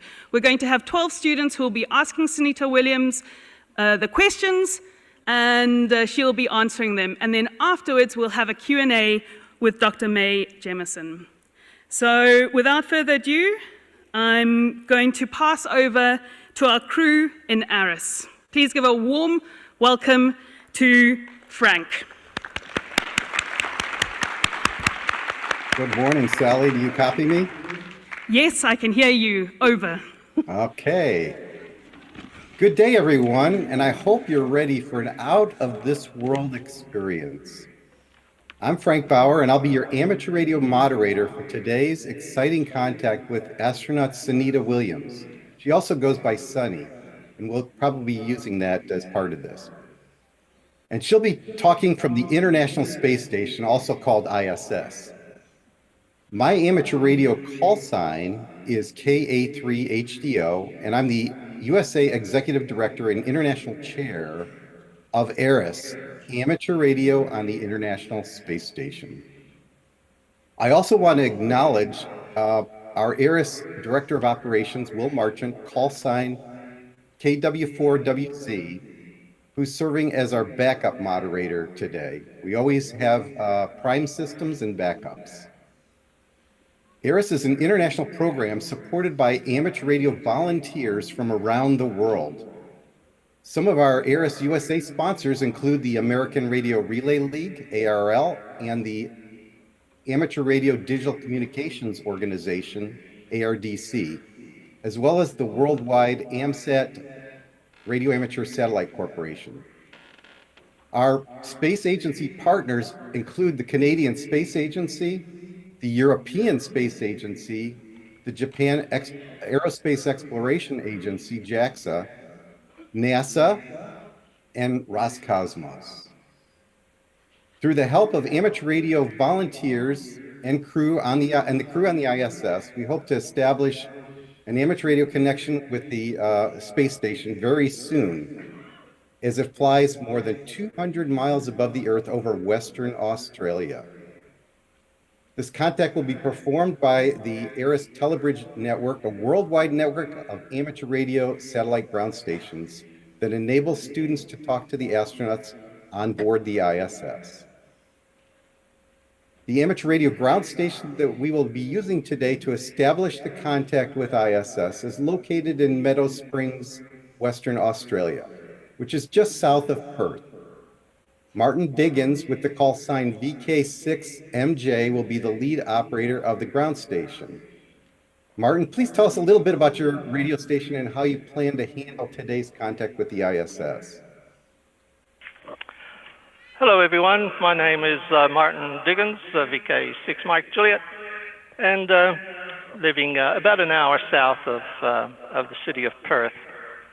My antenna is a computer-controlled tracking system, and it's currently in position looking to the northwest and awaiting the arrival of the ISS.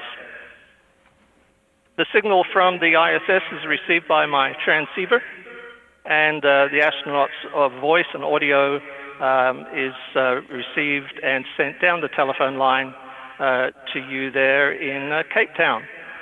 Similarly, in reverse, your voice comes back up the telephone line and into the phone patch and is sent by my transmitter up to SUNY Williams on the ISS, as the ISS is heading overhead here in Meadow Springs. Just before I transmit to the ISS, I will open the receive audio on my radio, which sounds like this.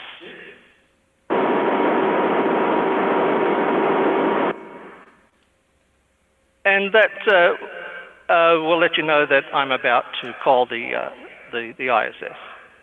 I will continue to call the astronaut until we hear a nice, clear voice response from SUNY.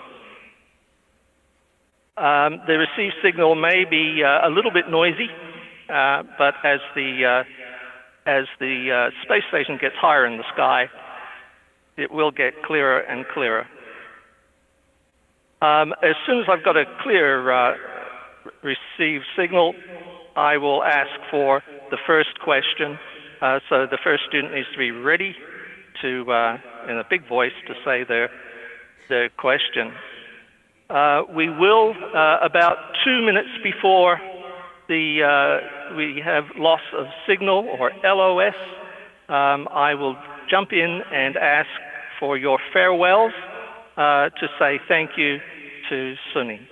But most importantly, when you're asking your questions, don't forget to say over at the end of every question, so I know when to change from transmit to receive. So good luck, and over to you, Frank. Thank you very much, Martin. We have about 11 minutes before contact time, and our contact, as Martin mentioned, is with astronaut SUNY Williams, amateur radio call sign, KD5PLB. I think you're starting to see that we all use call signs, just like radio stations do, because we are a radio station. SUNY will be using the amateur radio call sign NA1SS, so you'll hear Martin call that. With that, we have a short video courtesy of the American Radio Relay League, which explains the upcoming amateur radio contact and how it will be performed. Let's watch that video.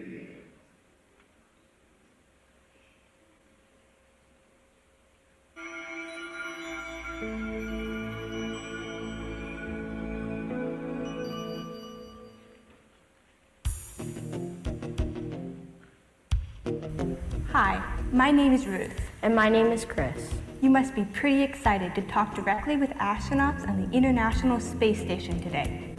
While we're waiting for the space station to come over your portion of the sky, let's talk a little bit about how it's going to happen. Of course, Mission Control is in contact with astronauts all the time, using a big radio with lots of fancy equipment. However, we're going to be using something very different today. We are going to use ham or amateur radio to talk directly to the International Space Station. When most people hear the word radio, they think of a music radio station, but it's so much more than that. Radio actually refers to the unseen energy that transmits all sorts of signals using electromagnetic waves. At first, people learned how to send signals like Morse code, and then they discovered that you can send so much more, like data, computer signals, and even TV. Maybe you don't realize it, but you use radio every day. Maybe you watched the TV this morning, or you texted your friends, or maybe even you check social media like Twitter or Instagram. Let's travel back to space for a minute. Since the beginning of the space age, humans have sent many spacecraft out into the universe. These range from the Hubble Space Telescope, orbiting the Earth daily, and the Curiosity rover exploring Mars. We've even sent a long-distance messenger, the Voyager 1, who has traveled outside of our solar system. Whether it's capturing a great picture of a far-off galaxy or conducting experiments on the space station, radio has to do with all of these. And today, you're going to be using ham radio. Now you might be wondering, what exactly is ham radio? Amateur or ham radio is a service and a hobby where operators can talk to people around their neighborhoods, their cities, their country, and even around the world. Amateur radio operators require a radio license from the government. They're not that hard to get. I have one. My call sign is KM4LAO. And mine is KD8YBJ. Our call signs are a way of identifying who we are to other operators. This lets everyone know that we have the proper license to using the radios. As amateur radio operators, or hands as we are often called, we can talk with others about basically whatever we want, often science or some new radio gadget that we are interested in. Let's focus back to the space station and your contact today. Many of the astronauts and cosmonauts aboard the space station are licensed ham radio operators. That's why your operators today can contact them. The people here, as well as the astronauts, are licensed to talk to each other, and you are allowed to talk over to their radio. For our conversation today, we'll need an amateur radio station on the ground, either in this location or somewhere else around the world. We'll also need a radio in the space station. Anyone SS, anyone SS. You can hear the calls coming. This is November Alpha 1 Sierra Sierra, the International Space Station, over. On the space station, the radio transceiver is connected to an amateur radio antenna mounted on the outside. One of these antennas will be used today during our contact. For our side of the contact, we need a good-sized antenna, a signal amplifier, something to make our signal stronger, and a rotator for turning our antenna. We have to keep our antenna pointed right at the International Space Station. And remember, it's moving across the sky and fast. To aim the antenna properly, we need to track the path of the space station exactly. NASA uses complex systems to track the path of the space station and other orbiting objects. The satellite tracking program we are using works out a complicated set of mathematics to provide the orbital location of the space station moment by moment as it moves through space. This information is sent into the computer that controls the antenna rotator, which moves the antenna to follow the space station. Maybe some of you have seen or worked with robotics. That's pretty cool stuff.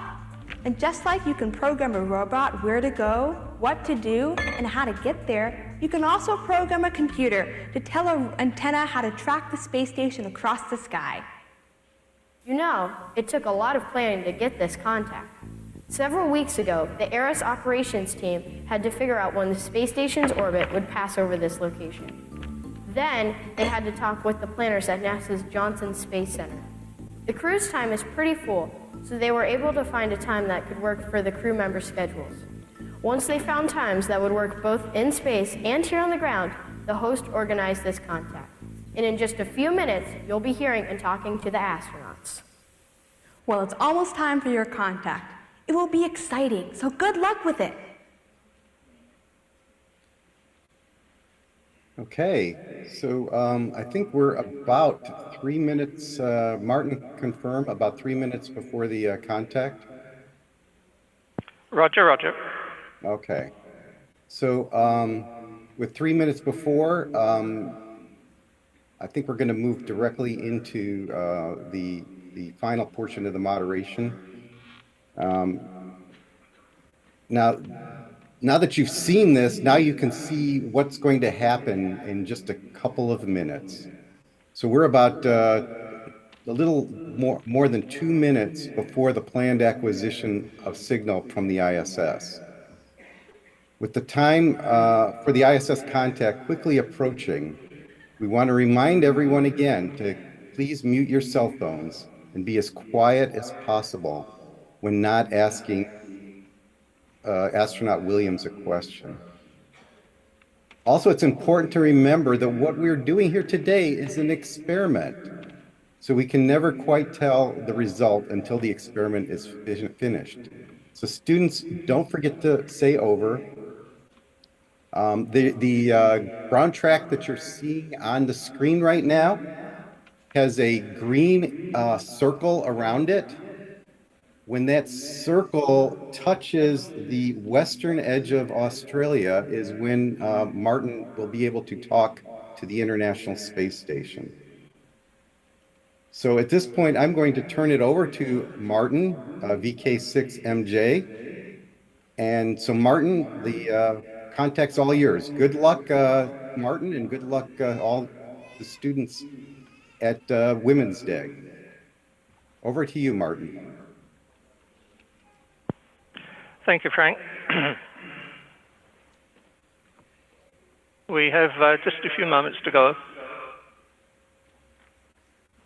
The antenna is in position.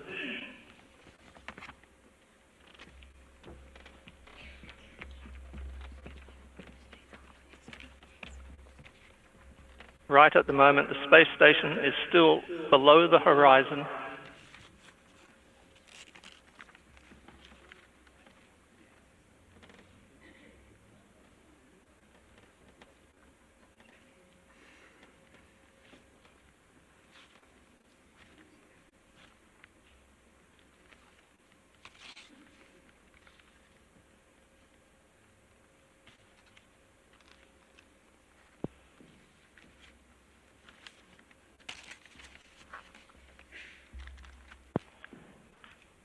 The antenna is under computer control.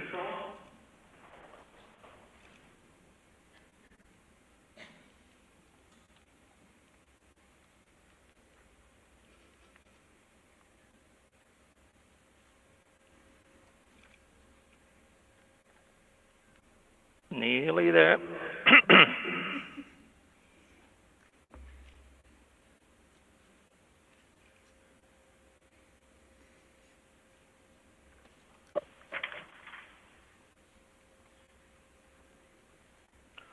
Okay, here we go.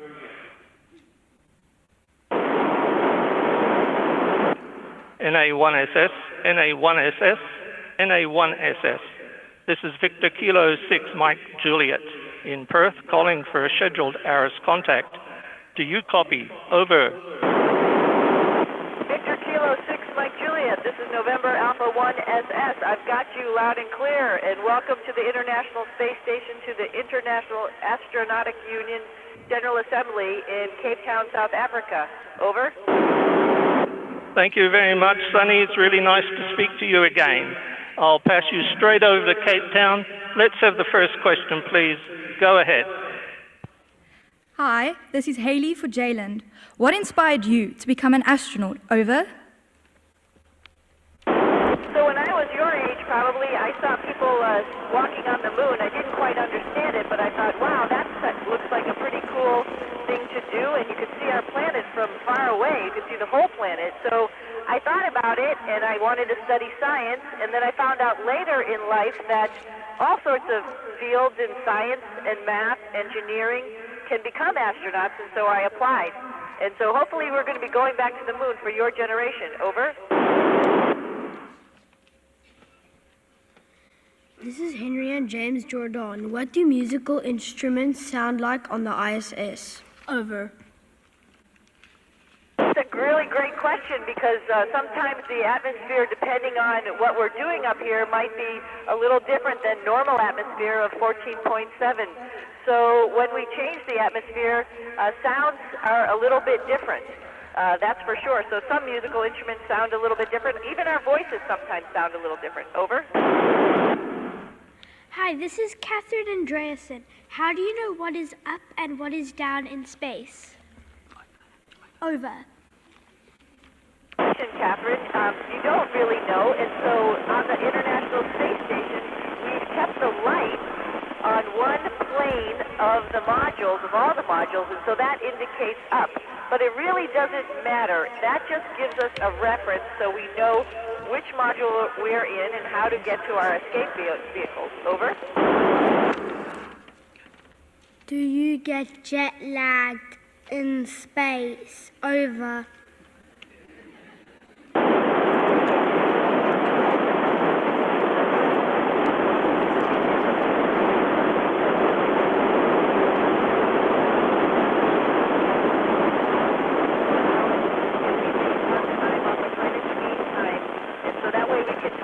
All of our mission control centers all over the world at some part of their normal day. Over.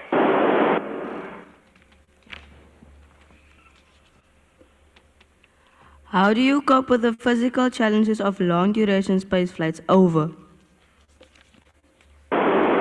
Yes, you know, being in space, your body changes and adapts, and actually, if we didn't do anything, we would lose bone density and muscle mass. But we have physical equipment up here, a bicycle, a treadmill, and a way to lift weights using the force of vacuum, so that way we can focus on the areas which we lose, which is like our hips and our ankles, and making sure that bone density stays strong, and our muscles, like our heart, stay strong with cardiovascular activity. Over.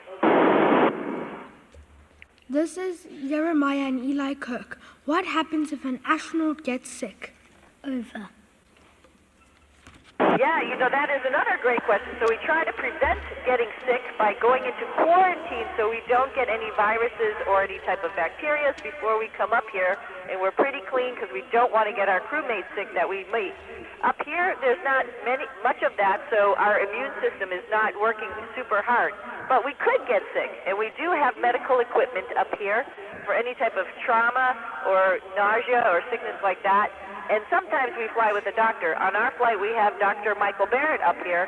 So if any of us, get a cut or a scrape, he's ready to do anything to help us. But we're all trained to help each other in case there's some major event, somebody maybe gets shocked or something like that. And then worst case, we have our spacecraft that we can go home in as a lifeboat. Over. This is Mia. How has the view of Earth from space influenced your sense of responsibility towards our planet? Over. Wow, we live on this one planet, and it's interesting to have this view because you look out into the universe and you don't see another planet close by that we could actually go to and live on, and it really makes you think about our planet and how we as human beings need to preserve it, preserve our ocean, and the little land masses that there are, how we need to just work together and be conscientious of our atmosphere and our planet. So yeah, it really enforces those concepts. Great question. Over. Hi, this is Laura for Lexi. Do you get anxious in space? Over. So an interesting question. I think your body is always on, thinking about, what could happen. We have to be ready if we have any type of emergency up here to go into our lifeboat, our spacecraft. So I think in the background it is, but in general, it's another place to do work. And so every day, you wake up, you have breakfast, you have to use the bathroom, you work out, and it just feels like every day. But I think in the background there is a little bit of anxiousness. Over. Hi, how does space travel affect your perception of time? Over. Perception of time, that's funny. Just because sometimes I'm like, what day is it? More so in that sense, like what day of the week is it? You don't really have a good sense of that. We try to do that by giving ourselves a Saturday where we clean the space station, a Sunday where everybody gets to sleep in. But during the week, it's really hard to tell. And with the lights on here, we don't have the natural sun rising and sun setting, so that's a little bit hard to tell. But your body adapts to the normal 24-hour cycle. Over. Hi, this is Bonga. What signature move would you bust out in a space dance-off with a rival alien crew? Over. I saw this question and I was thinking about it. We just made a little bit of a spoof on the Olympics video of all the amazing things that we could do up here because we don't have gravity. So I think my signature move is the pommel horse, and I'd like to see an alien compete with me on that one. Over. Hi, this is Haley. What is a typical day like for you in space? Over. So a typical day is, every day is different, which is really cool. You wake up and there's a timeline, and for example, this morning I had to do a little bit of maintenance on the toilet, make sure that works okay. I'm also doing a hand pass with you. I'm working out. I'm checking out some emergency equipment. But on some days we might be getting ready to do a spacewalk and working on tools or driving the robotic arm. So every day is different, as well as, I forgot to mention all the science experiments we're doing. Gene sequencing, for example, doing all sorts of amazing stuff up here. Over. Hello, this is James and Henry Jordan. Do you grow your own food on the ISS? Over. So we do at some points. We have had strawberries and lettuce growing up here. We have an experiment called Veggie, which I think we're getting ready to grow some more stuff. But it's not the common thing at this moment in time. We're trying to figure that out. I did an experiment where we were trying to figure out hydroponic feeding of plants. It wasn't with real plants, but it was just with the idea of capillary flow and how that would work and how we could do that better. Over. Hi, this is Catherine Andreasen. What is your favorite space food? Over. My favorite space food. You know, a lot of it is pre-made, and that's okay, but it's a little bit bland, and so I like to add some spice to the normal stuff like, you know, chicken strips or lasagna. But my very favorite is actually a rehydratable food called tvorig, which is a Russian cottage cheese, which has a little bit of sugar and some nuts in it, and it's really tasty. Over. Can you see Table Mountain from space? Over. That is a great question, and the answer is yes. Have I seen it personally? Not yet. I looked it up on the internet because we do have that connection sometimes, and now I am going to take a picture of it when we fly over South Africa. So thank you for bringing that to my attention. Over. What is the most breathtaking moment you've experienced in space? Over.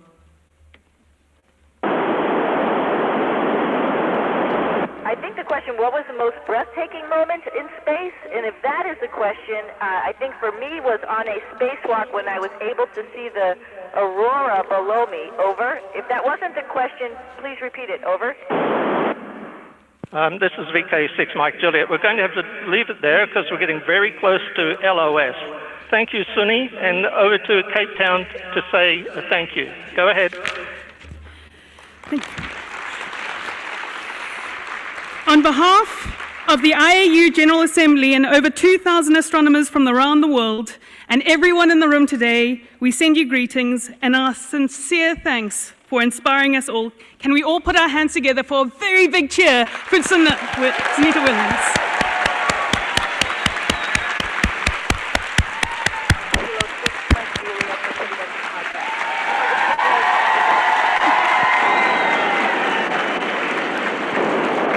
Over. 7-3, Sonny. Over. Okay.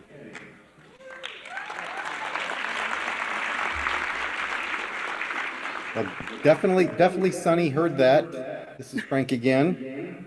Wow, that was amazing. You've all just been part of a phenomenal distance learning activity. How about that for distance learning?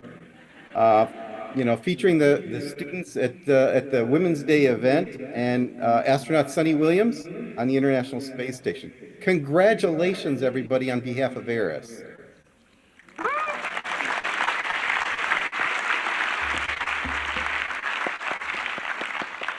And with that, on behalf of the international teams from ARIS, and including our radio amateur satellite corporations around the world, the American Radio Relay League, NASA, and the other sponsoring space agencies, this is Frank Bauer, KA3HDO, sending my greetings to all of you in traditional amateur radio terms.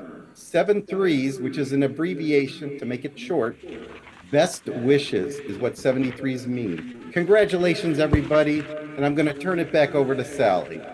Okay, thank you. Can we give a big round of applause to Martin, Frank, and his team?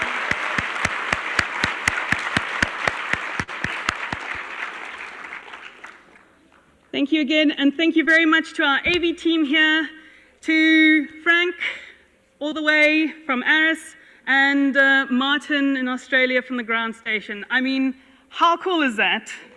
Oh! Thank you very much. We're now going to continue on with our very, very exciting program. I'm going to ask Dudu Zile to come up. Dudu in the room? Okay, Dudu is not in the room, so what I'm going to do is I'm going to announce our very exciting next speaker, and I mentioned it a bit earlier. She is the first Black African or American African woman to go into space for NASA.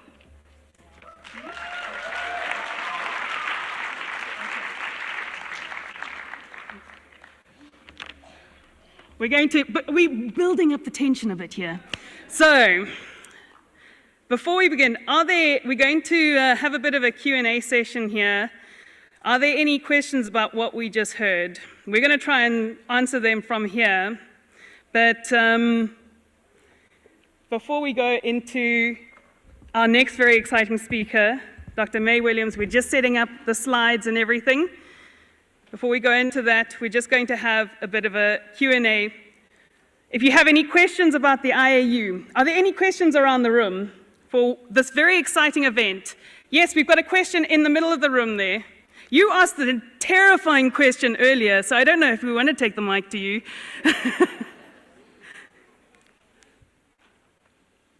Do we have a spare mic? There we go.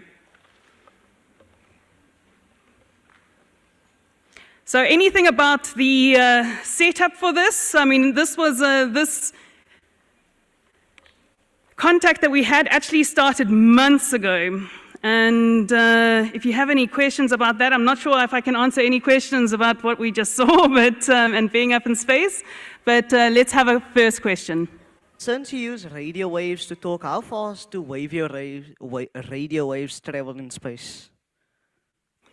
Do we have a radio expert here in the room? We've actually got one of our radio experts from earlier.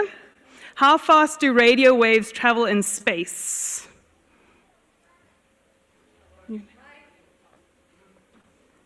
going to call up the expert. She gave us a bit of a talk a bit earlier, and here we go.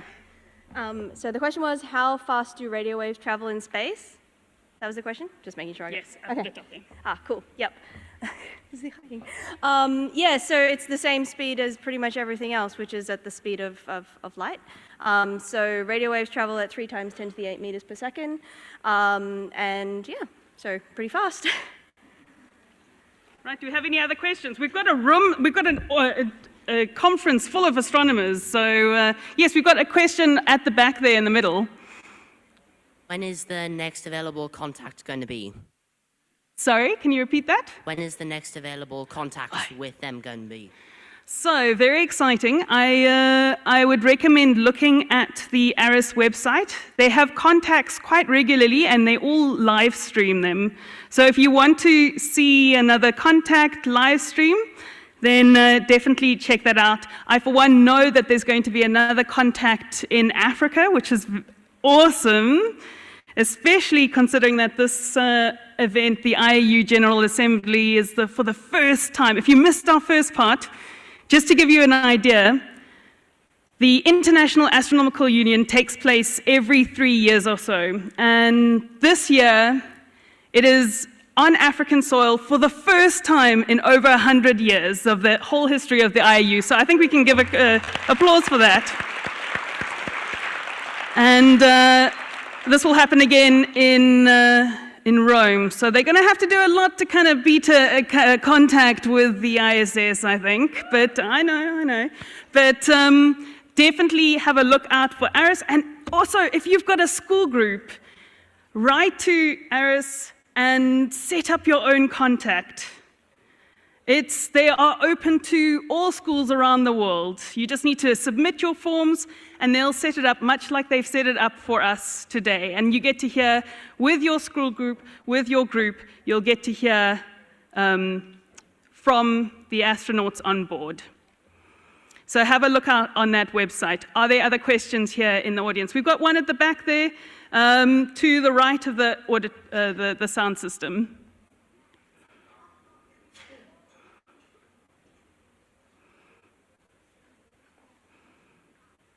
How long do the astronauts stay in space for? Woo. I'm going to have to ask you to hold these questions.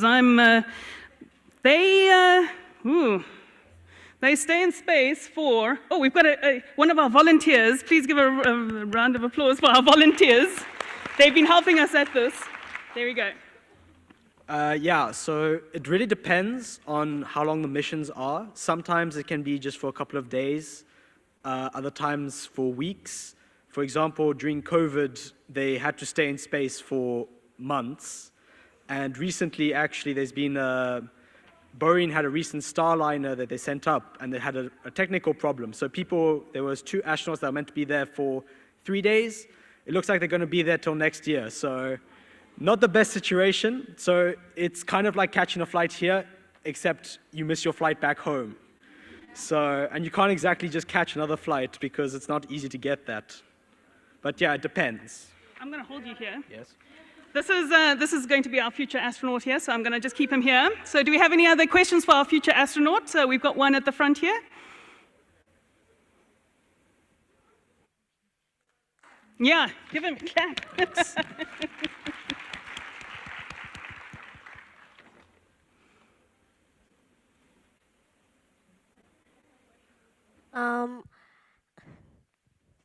How come you were able to get the contact thing on this specific day and not like any other day?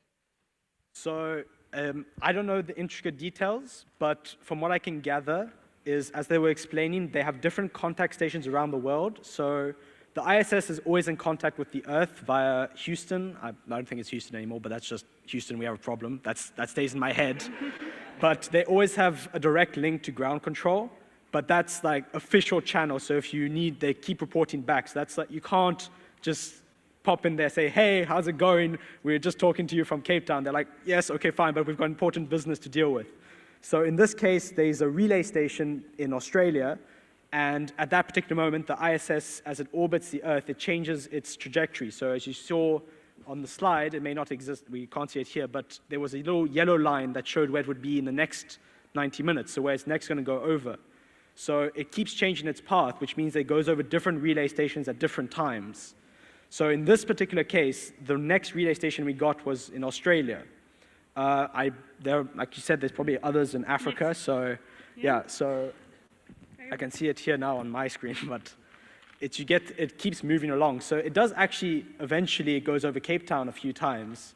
I don't know if we'd be able to see it, especially if the weather keeps doing whatever it does around here. But the reason why we got to speak to them now is just because at that particular point in time, they were going over that relay station. That's why we also had to cut ourselves short, because eventually they just go out of radio range. Okay. Thank you. Can we all give a round of applause for our impromptu astronaut? The good news is I'm not going to have to do a song and dance routine for you. Well, our next speaker is ready. Can I ask Dudu to please come up on stage and introduce our exciting next speaker? Thank you.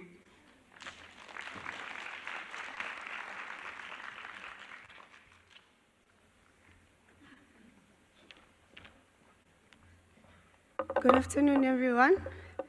I hope you're well and enjoying your day. Sorry for all this.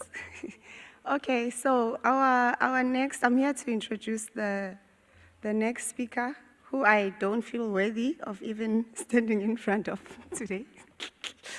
But anyway, we have our next speaker, who is Dr. May Jemison. So I'm going to read her profile because it's very detailed, and I need you to know everything about her, because she's just this brilliant woman here, but there's so much more to know about who she is. So she's an entrepreneur, engineer, physician, educator, humanitarian, and former NASA astronaut. Dr. May Jemison is at the forefront of integrating the physical and social sciences with art and culture to spark innovation and build meaningful solutions to the world's critical problems. Jemison leads 100-Year Starship, a nonprofit global initiative to assure that capabilities for human travel beyond our solar system to another star exist within the next 100 years while transforming life on Earth. Co-founder and principal partner of Signal Hill Road Publishing, LLC, Jemison seeks to bring to the public stories to elevate and ideas that dare. Jemison, a fellow of the Hegler Institute for Advanced Study and visiting scholar at NMed Engineering Medical School for Texas A&M, researches pathways to transform scientific insights into operational therapy and optimizing biomedical instrumentation in clinical settings. Jemison's work to improve science literacy and achieve diversity and inclusion in STEM disciplines is recognized worldwide. Dr. Jemison is on the board of directors of major public companies and organizations. Dr. Jemison, the first woman of color in the world to go into space, served 6 years as a NASA astronaut and flew as the science mission specialist aboard the Joint Mission NASA. Japanese Space Agency Space Shuttle Space Lab J. Trained as an engineer, social scientist, and dancer. Wow, I like it already. Jemison, a medical doctor prior to NASA, was the Area Peace Corps medical officer for Sierra Leone and Liberia, and general practitioner in Los Angeles. The 100-year spaceship celebrated its 10th anniversary in 2023 with the international conference Nexus Nairobi, when space, purpose, and culture collide. This was in Kenya, the cradle of humans. Started through a competitive seed funding grant from DARPA, 100-year spaceship pushes radical leaps in knowledge, technology, and human systems needed for deep space exploration and the requirements for a successful human future on our home planet Earth.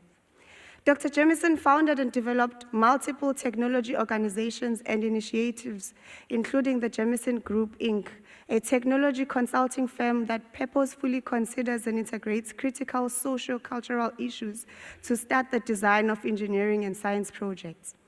As an environmental studies professor at Dartmouth College, Dr. Jemison focused on designing sustainability into technologies for both the industrialized and developing worlds.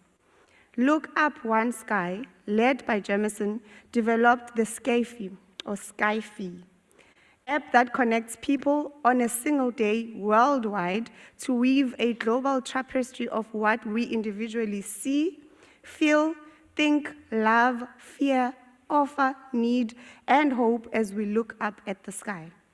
Since 1994, when Dr. Jemison founded the international science camp, The Earth We Share, the program has designed and implemented STEM education experiences impacting thousands of students and hundreds of teachers worldwide.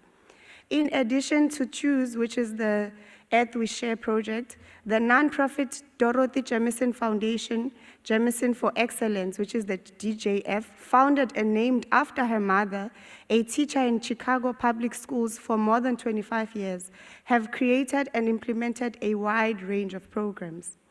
Dr. Jemison is a member of the National Academy of Medicine Council, the chair of the NASA Innovative Advanced Concept External Council, the board of directors of Kimberly-Clark, chair of Sustainability Equity, and the National Board of Professional Teaching Standards.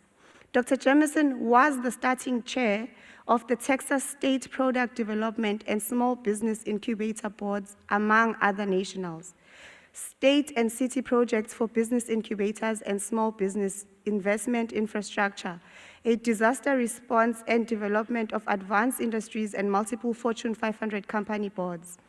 The 2023 Prix Gallion Ray Fandelos Front Poor Humans Award for Global Health Equity, the African Union Ambassador's inaugural Mickey Leland Award for Global Leadership, Forbes 50 over 50 Women List 2023, the 2002 West Point Sylvanus Theatre Award, the Commonwealth Award for Distinguished Service, the National Organization for Women's Interbreed, and many, many, many more. Lastly, I'll just close off lastly.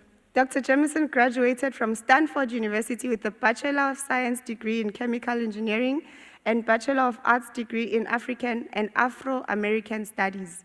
She received her medical doctorate from Cornell University Medical College. Well, I've said a mouthful, right? And there's still a whole lot more. But the emphasis of that is that there is so much more to the woman that you're about to experience. And I hope we all actually learn to recognize and see each other as that there's so much more an individual holds. No matter how many great advancements and big leaps they've taken, there's always more to a human being. And there's so much more to this beautiful woman who's an inspiration to us all. So I'd like to welcome you on stage, Dr. Jemison.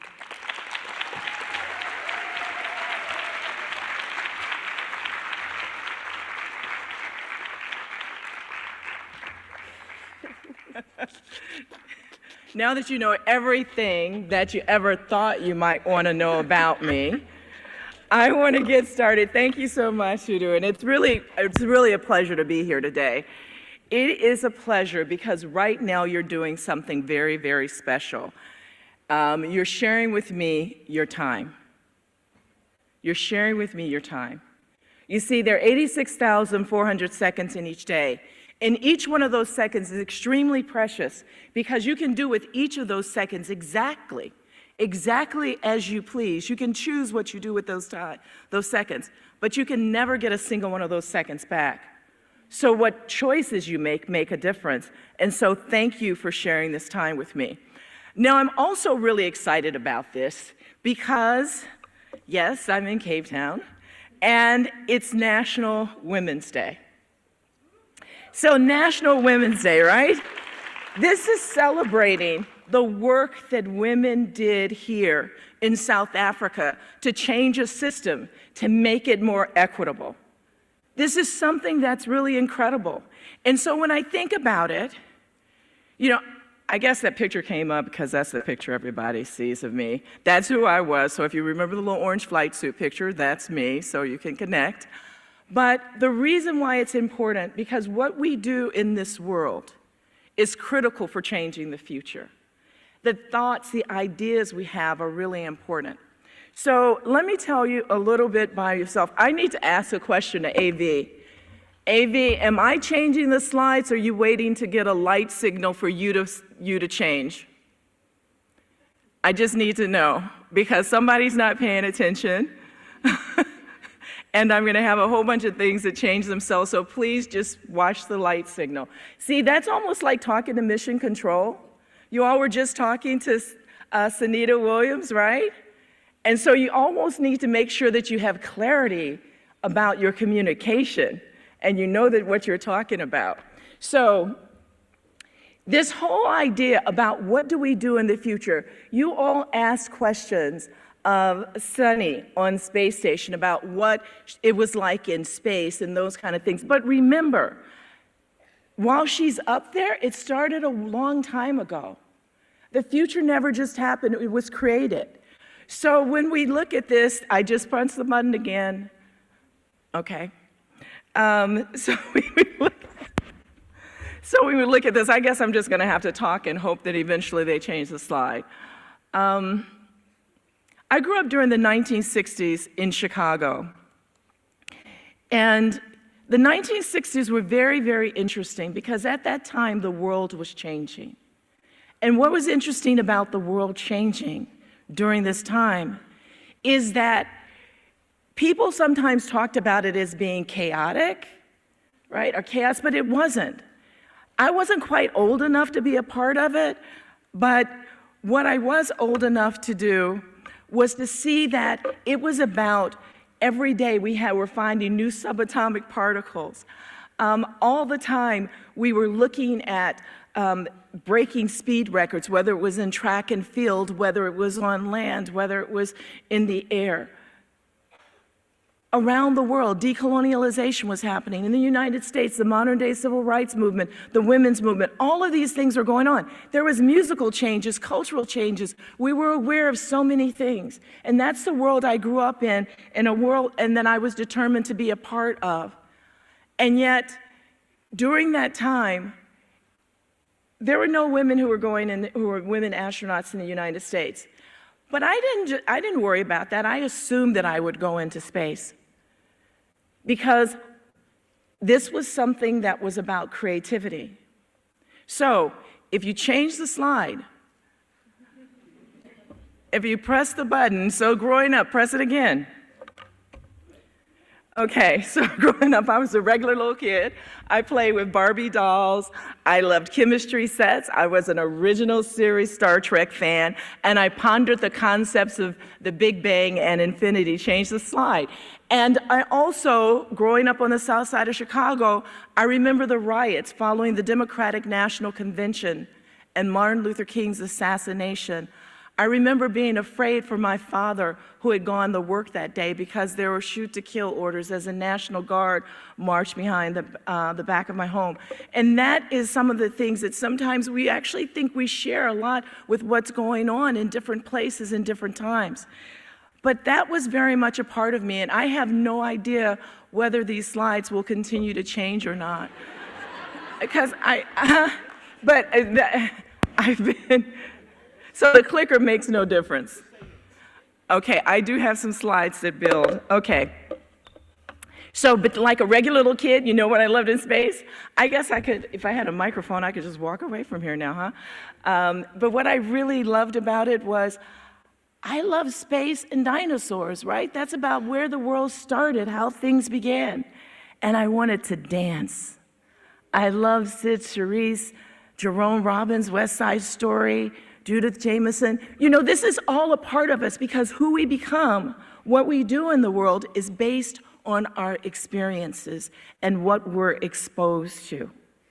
And so that's what I want to share with you a little bit more about my background first, because you can read about the orange flight suit picture and you just talked to an astronaut in space. So let's talk about what we do and how we grow and develop. Next slide. So there's always something to be learned from experience, those things that we do. Next slide. I want to talk about the word agency. Have you ever heard that word? Agency is about being able to take care of yourself, your agency. How do you represent yourself? How do you build yourself? Next slide.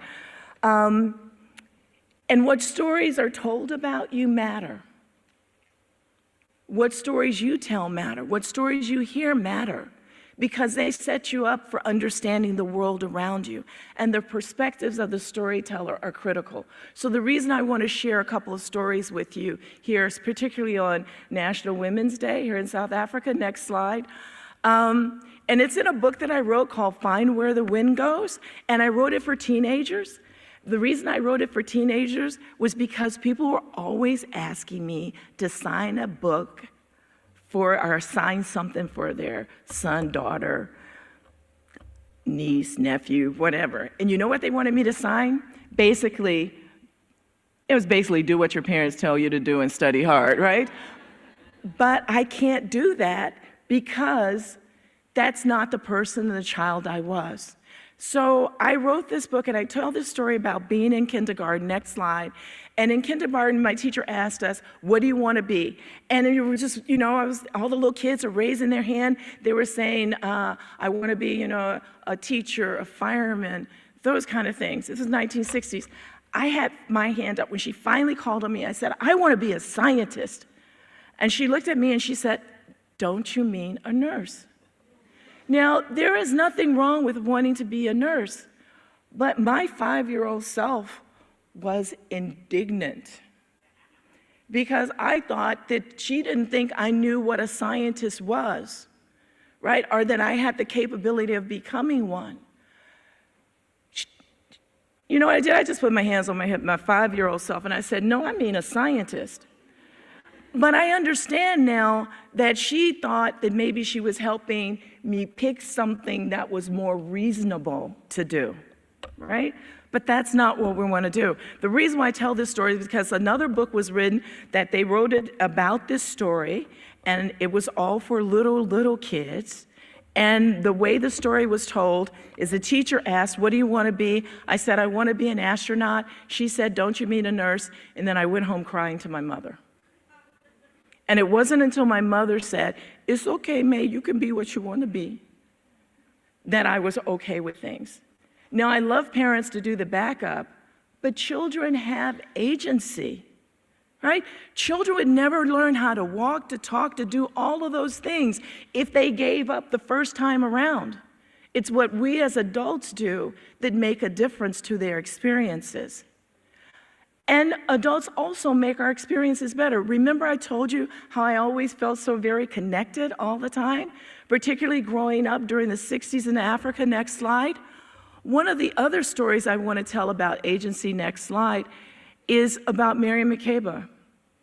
So in 1965, Miriam Makeba, she came to the United States, broke every records and things, wrote records, and my mother saw it and decided she was cutting off everybody's hair because South African women wear their hair short. And at the time in the United States, women wearing short hair was not a thing. But for me, it made a really big difference because it was about my confidence and not having to worry about different standards of beauty or who you are. right? And my most famous picture, you can change slides, actually has that short haircut, right? It's one of those things that kept. And so I was able to go through, I just wanted to show you proof of pictures, right? About being in space and making all those things happen. So I was the first woman of color in the world to go into space. When I was a little girl, it did not even cross my mind that I would be the first anything to go into space, because I was sure by that time, when I got old enough, not only that, we'd be on Mars or somewhere, right? But then you end up having responsibility. But I want to share some other things with you. You don't get there just in one step. Next slide. You have to do a lot of things, because a Yoruba proverb says, even the sharpest blade can't cut its own handle. So it doesn't matter how bright or how smart I was, these things would happen. Dr. Cyan Proctor is sitting there right now. She's flew on Dragon with SpaceX for 4 days as a pilot. And she's a really smart woman. But without the help of her parents, teachers, and others, she wouldn't have been on the Dragon capsule. No, even the sharpest blade can't cut its own handle. Next slide. And even going further, let this one build up, please. And even further, even after it happens, press the button. Even after it happens, my roommate from college actually reported on it. Linda Laurel, next. Just keep pressing. And I had friends from my sister. It keeps going on. Even the sharpest blade can't cut its own handle. Nichelle Nichols, who played Lieutenant Uhura on Star Trek, became one of my friends. And you can imagine meeting her after seeing her on television and being one of those things.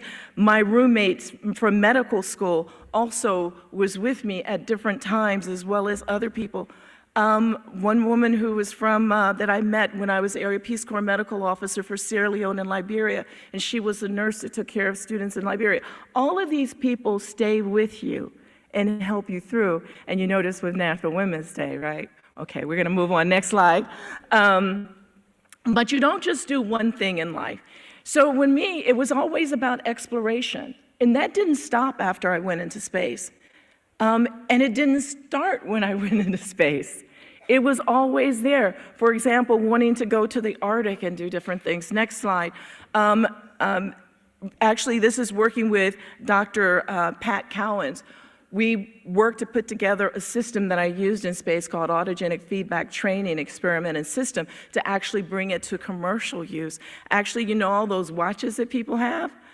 Pat Cowens developed a watch that gave you all your autonomic nervous system parameters back in 1989, 92, because I wore one in space. Next slide.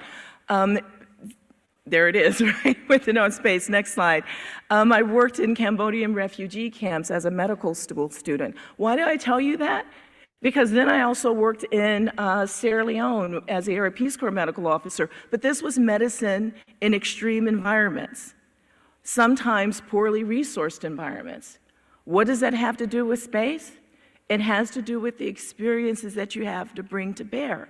So I went to Cornell Medical School. I was at New York Hospital, Hospital for Special Surgery, Memorial Sloan Kettering. These are hospitals that have incredibly advanced technologies. But you also have to combine some of those things and ideas with not so advanced places. Next slide. The first thing I did after I left NASA was to start an international science camp called The Earth We Share, and it was for kids from 12 to 16 years of age. And it wasn't about the next generation of professional scientists. It was about science literacy. That is, how do you read an article in the newspaper about something and figure out how to vote on it, how it pertains to you? So let's think about science. When people think of science and technology, you know, they think of E equals mc squared, right? Energy is equal to the mass times the constant speed of light squared, increase in entropy, a galaxy called M32, fractals, myelin sheaths, deoxyribonucleic acid. You know, they think about those things. But to me, science is a search for understanding, and technology is putting that understanding into some practical use. right? Science is a search for understanding. Technology is putting into some practical use. And we need to understand so many things before we need to apply it, and I'll talk to you a little bit about science. Next slide. So after all those things, I always have to ask myself, we try to do things. What do you do with your place at the table? No matter what table it is. That was that agency that I asked you about. What do you do with your place at the table? I think that you use it.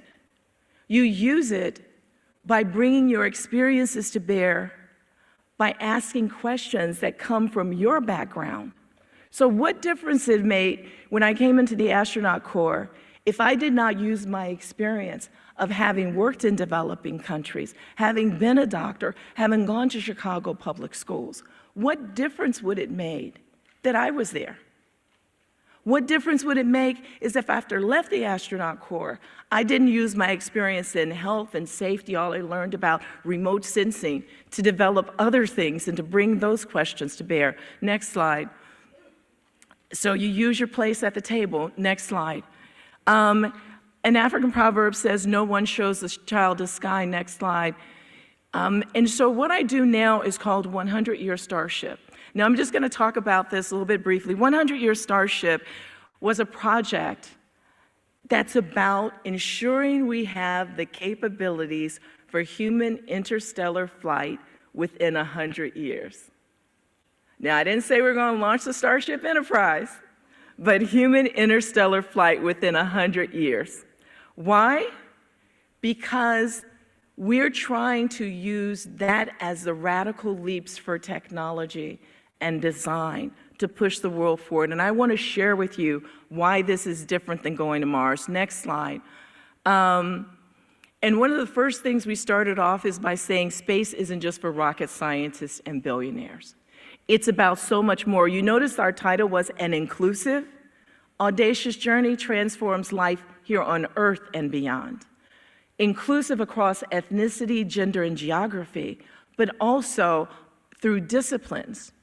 Because what difference does it make if we do all these things and everyone is not included and it does not impact the world for make it better? Next slide. By the way, we were just saying that since 2012. We started early on. That's not new. Keep moving. Next slide. This is what space exploration looks like now, right? I know the shuttle's not flying, but right, I'm get an amen from science. It's a lot of smoke and fire and stuff out the back of whatever comes up. And you all are launching off this, you launched off the same launch pad. Yeah, 39A. So you launched off the same launch pad, but it still looks like this basically. But interstellar cannot look like that. Next slide. Interstellar will be as different from that as something that might be able to hold the Empire State Building inside. It won't look specifically like that, but it will be that different. Next slide. This is what space exploration looks like now. Unless you're a really big space aficionado and you knew that I had never been on station, this could look like where you were talking to Sunny from.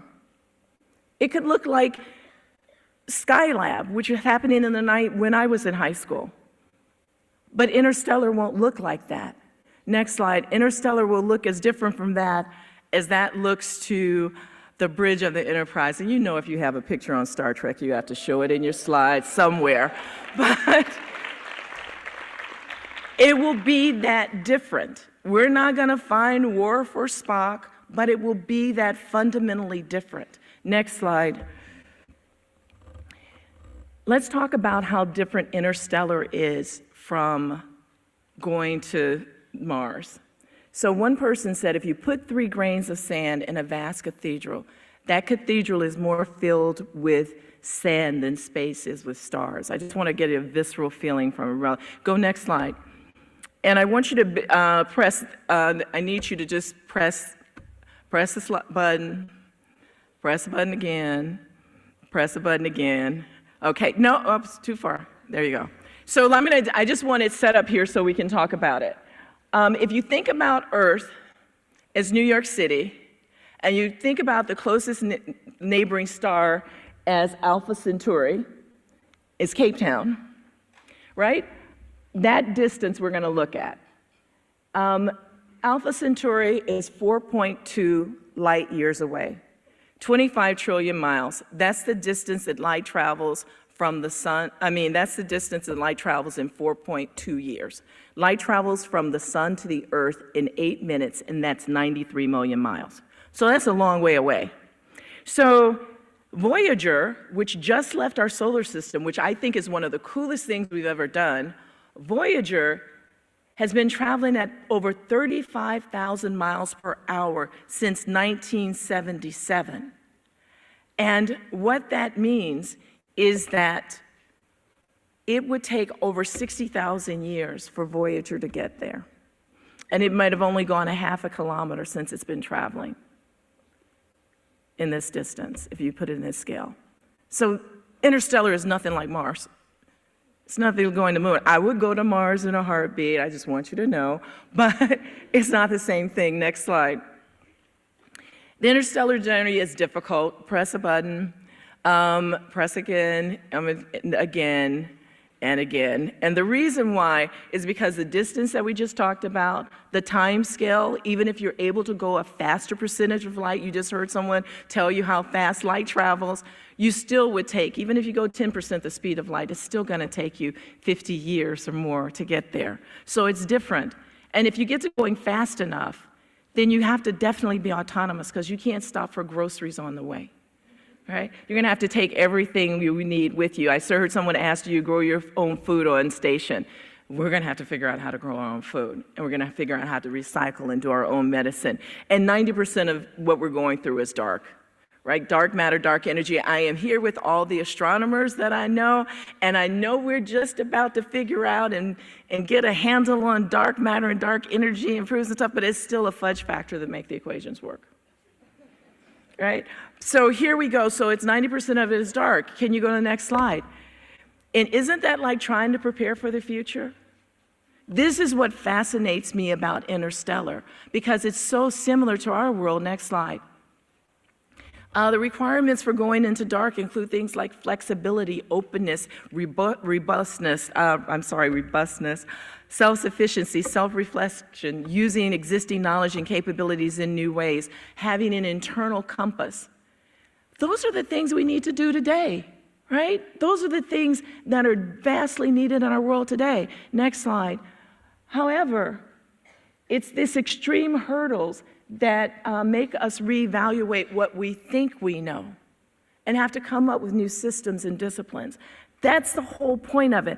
An inclusive, audacious journey transforms life here on Earth and beyond. I can bring up ideas, we can talk about things in the terms of going into space that would be really difficult for us to talk about here on Earth. And in fact, we have them ongoing. How do we produce better energy? There is not enough chemical energy in the entire solar system to be able to go with humans to our closest nearing neighbor in a reasonable period of time.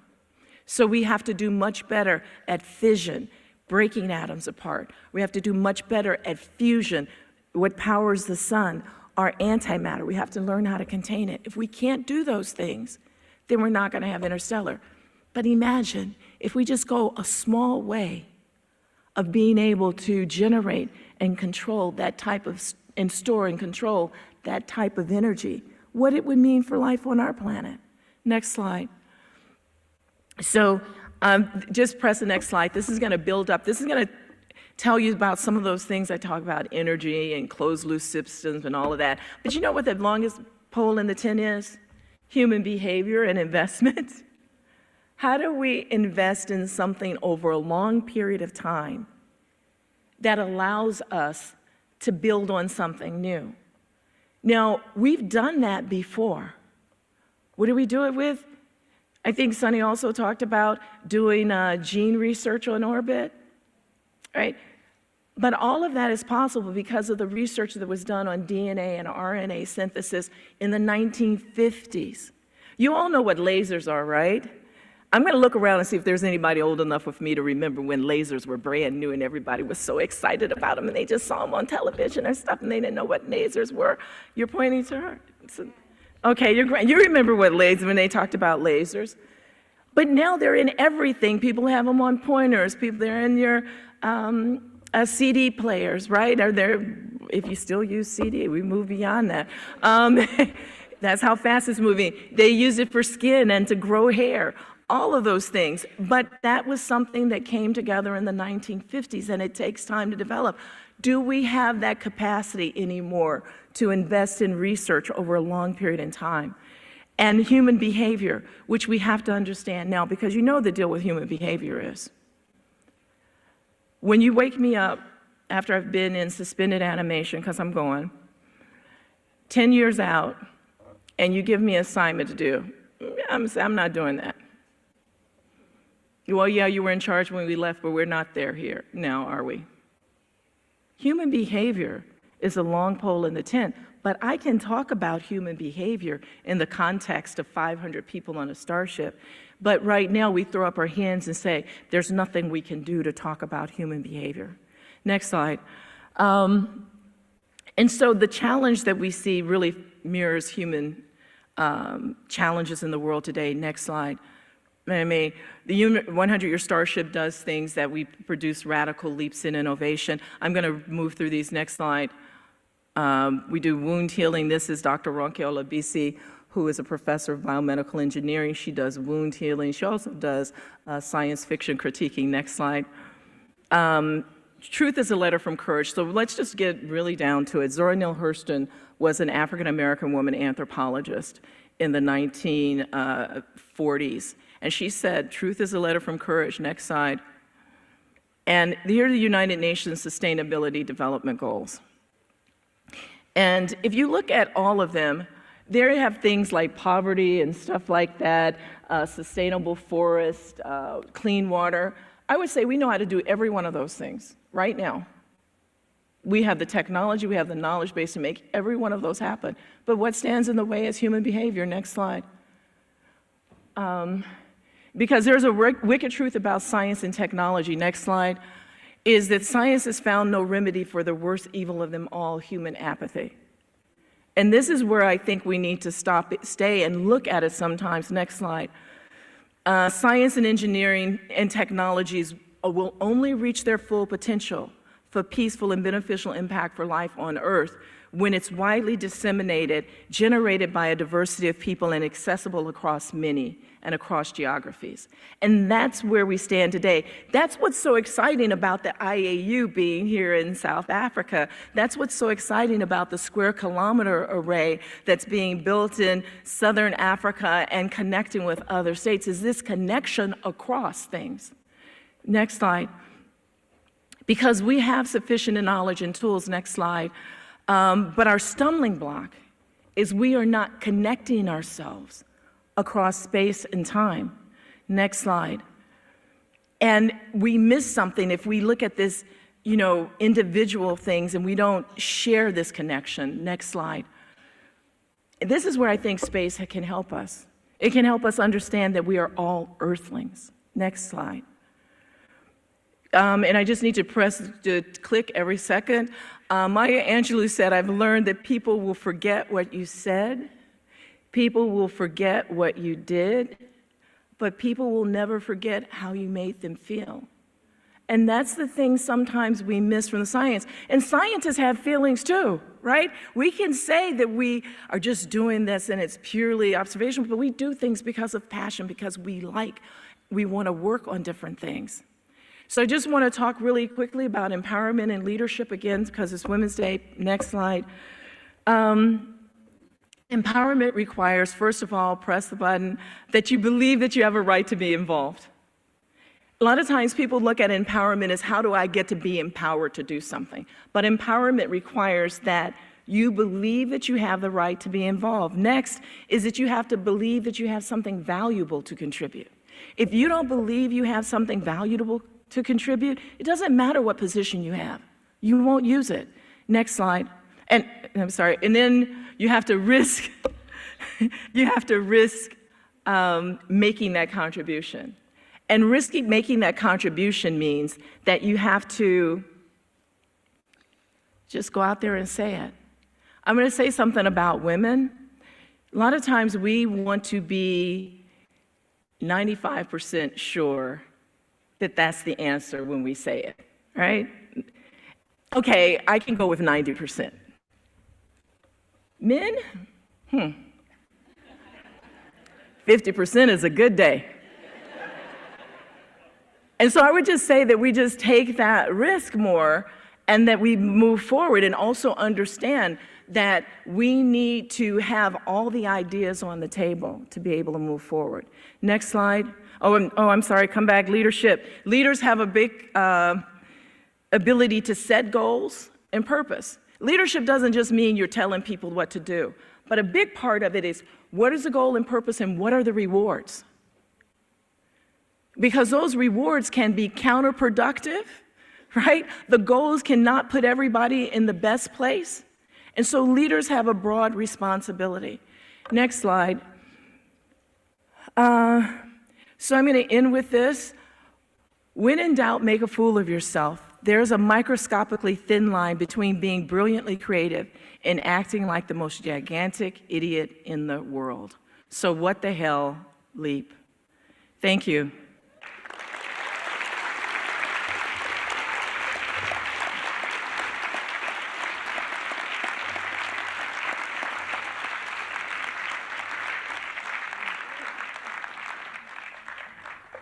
Thank you so much, Dr. Jemison. Please don't go yet. We're gonna have, we'll take a few questions now. Do you have any questions? Okay, I'll start there. Yes, you. Please. Okay. So I have this really big voice. If you ask the question until they bring a microphone up. Can you hear me in the back? Yeah, okay.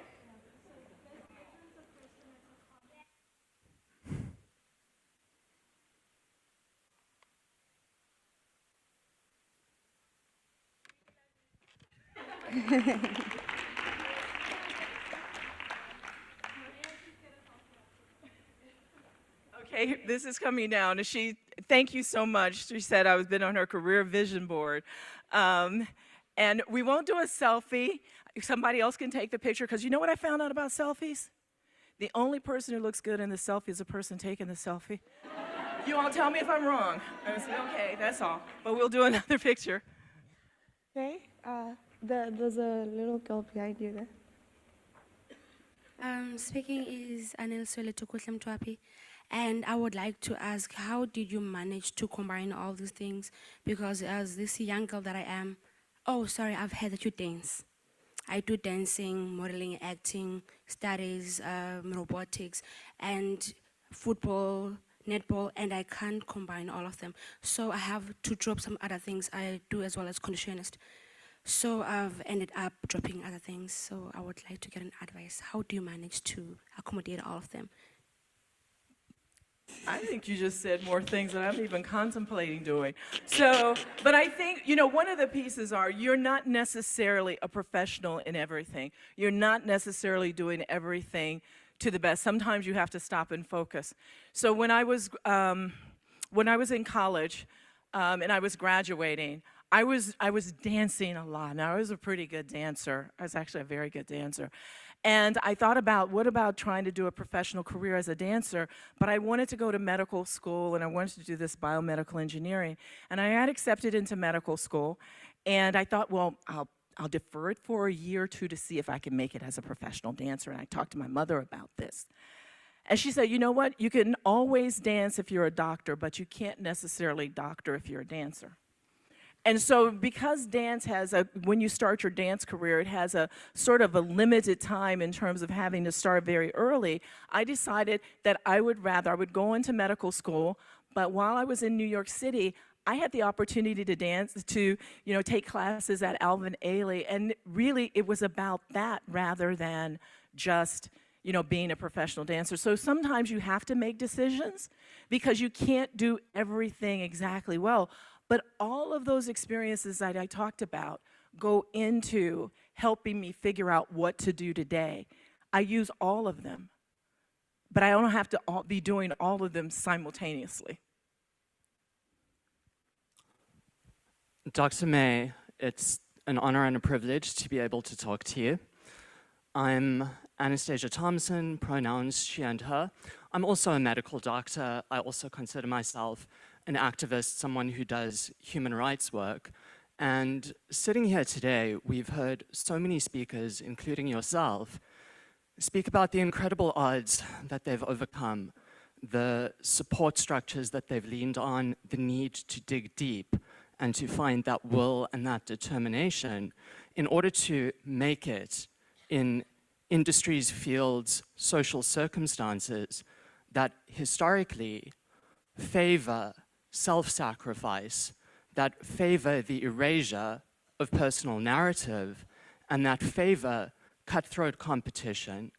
My question to you is, in this day and age when hate and vitriol seem to be rising throughout the globe, how do you, standing at so many different intersections at the forefront of STEM, or more importantly now STEAM, how do you suggest that we go about integrating ethics, compassion, and human kindness such that incredible resilience beyond what the average person has should not be necessary to succeed, and that opportunity can become available to everyone?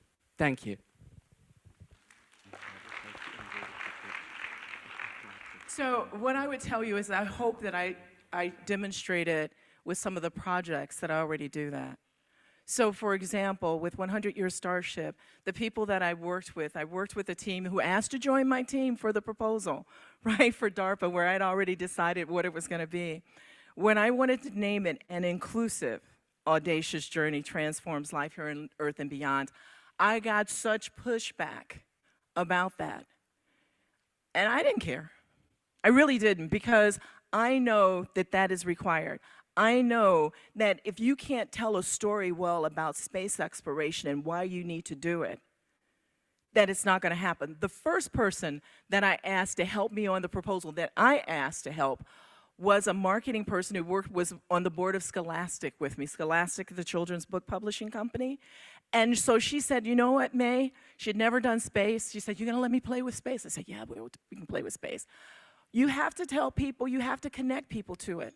So that's the reason why in 2012, our slogan was, space is just for rocket scientists and billionaire. We have t-shirts. If you want to get the t-shirts, take the, what was that, the QR code, Linktree code. But it has t-shirts. We wanted to do that because when we say inclusive, some of the things I didn't name that we do with 100-Year Starship is we do the Canopus Awards for excellence in interstellar writing, both fiction and nonfiction. And part of that is using the disciplines that we believe are important, which are resilience, which are inclusion, which are ethical perspectives, right? And we have to talk about what those are. So we, in our symposium, our papers and things like that, we include things like the social sciences, how they interact. And I'll tell you one last thing. So when we were having our very first symposium, there was a fellow who was an astrophysicist, and he was in charge of the plenary sessions. And so he had all these warp bubble possibilities and miracles happen here kind of papers. And I said, okay, there was a professor of textile and design who wanted to talk about textile and design. I said, okay, you get a big slot on the middle plenary session. And then there was another project that was about using remote sensing for land management in developing countries. The person who was the astrophysicist, he had a fit. And I said, but that's okay. But we're going to do this because these things are important, right? And what the anthropologist, textile designer talked about is how clothing is identity, right? It's not only protection, it's also identity. It's who you are. So there's so many pieces of this. And when you invite other people in, it makes a really big difference. So how do you do that? I say you just do it. And that's where you take the risk, and you just have to stand the heat. Right? And that's the reason why I talked about Miriam Makeba, right? Because when I was a little kid, people called me all kinds of things, right? Because it wasn't cool to have short, no hair as a little girl. But it's okay, because I know who I am. So that's the reason I talked about agency at the beginning. Thank you so much, Dr. Jemison. We'll take a question online. Can you have the mic in front here? There's a mic We're there. taking She has questions one online. right here. Yeah, Wait. the Well, why don't you huge do that reading- one first, and then you can come back down here. Okay. Hi, Dr. May. It's such a privilege to be here and to see you. As a current astronomer and researcher, I would like to ask, do you have any experience with imposter syndrome? And can you tell us a little bit about that? So the question about imposter syndrome. Imposter syndrome is said to come about when you're in a situation and you passed, you have every right to be there, right? You got into the grad school, you got into the class, all fair and square, but then you sometimes wonder, should I be here? I have never actually had that. The closest that I've come to having that is, maybe around when I was around some of those really, really good dancers at Alvin Ailey, right? That's like, well, I'm just taking a class. But no, I think,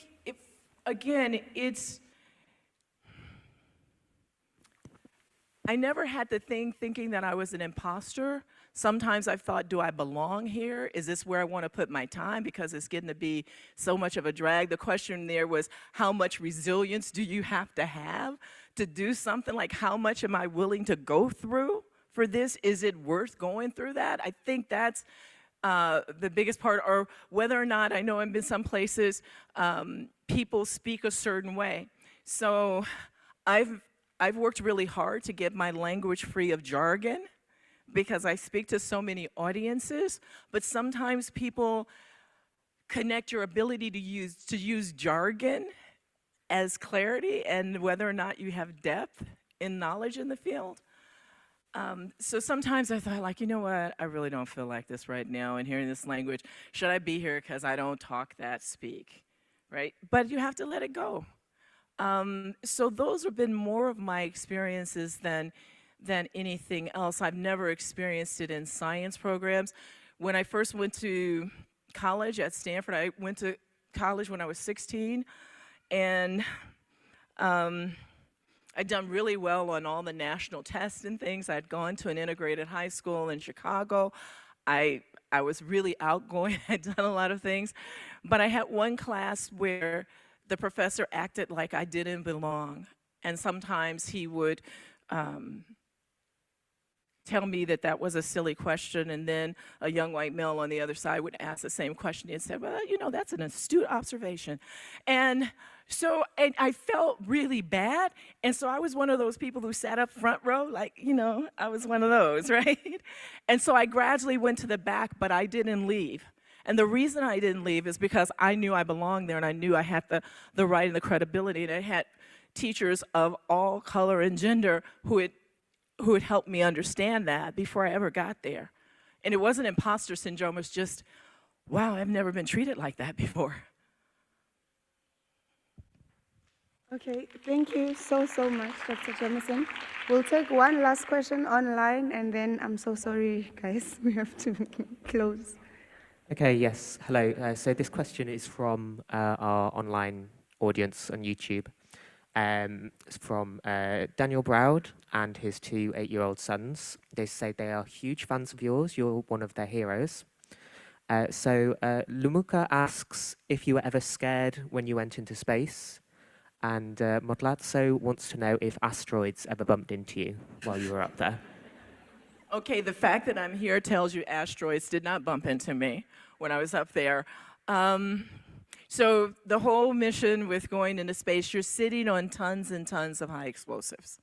That's the first recognition you have, right? I mean, you actually need to recognize that way beforehand, and I used to work getting shuttles ready for launch before I ever flew, so I know you're sitting on tons and tons and tons and tons of high explosives. So you should have a good, healthy respect for that. But at the same time, you've never, for me, never had so many people who cared about you and your safety. I had worked in the most afraid I've ever been in my professional life was when I was working in Sierra Leone and I had someone, I was getting a call from upcountry, radio, you all were talking about radio ham operators earlier. I was getting calls that some person might have had something called Lassa fever. There was something with an L disease. Lassa fever is a hemorrhagic virus that's endemic in Sierra Leone. It's the one disease that I was afraid of years ago in medical school because so many of the medical personnel who were around Lassa fever died. And one of the things that had to happen when this person was, the person died up country, they brought the body down, but before it could be sent back to the United States, an autopsy had to be done. And you can imagine they're not those kinds of closed environment things. And so I had to, that was the most afraid I've ever been, to have to be part of an autopsy on somebody who may have had Lassa fever. So sitting on tons of high explosives with people who care about you and everybody's monitoring stuff, there was a good, healthy respect, but I wasn't afraid. And in fact, when I was in space, I tried to make myself afraid. I really did, because I was feeling a little too jazzy. I was feeling a little too comfortable, right? So I imagined on the other side of this hatch, is this an environment that doesn't support my life form? And so I really tried to make myself afraid, but I wasn't able to. And the reason why is because I felt connected with the rest of the universe. I was comfortable with where I was. I was comfortable with who I was. And so I imagine if I was at another star system 10,000 light years away, that would be okay too, because I was part of this universe. And that's the feeling I took away with me, that I am as much a part of this universe as any speck of star, any piece of dust, any asteroid that might bump into me. Thank you, guys. Thank you. Thank you so much, Dr. Jemison. This is where we end it for today. I would like to thank everyone who was a part of this event, from the very first speakers who started it for us, to the ISS Connection, to the volunteers assisting, and to all of you for coming here and supporting.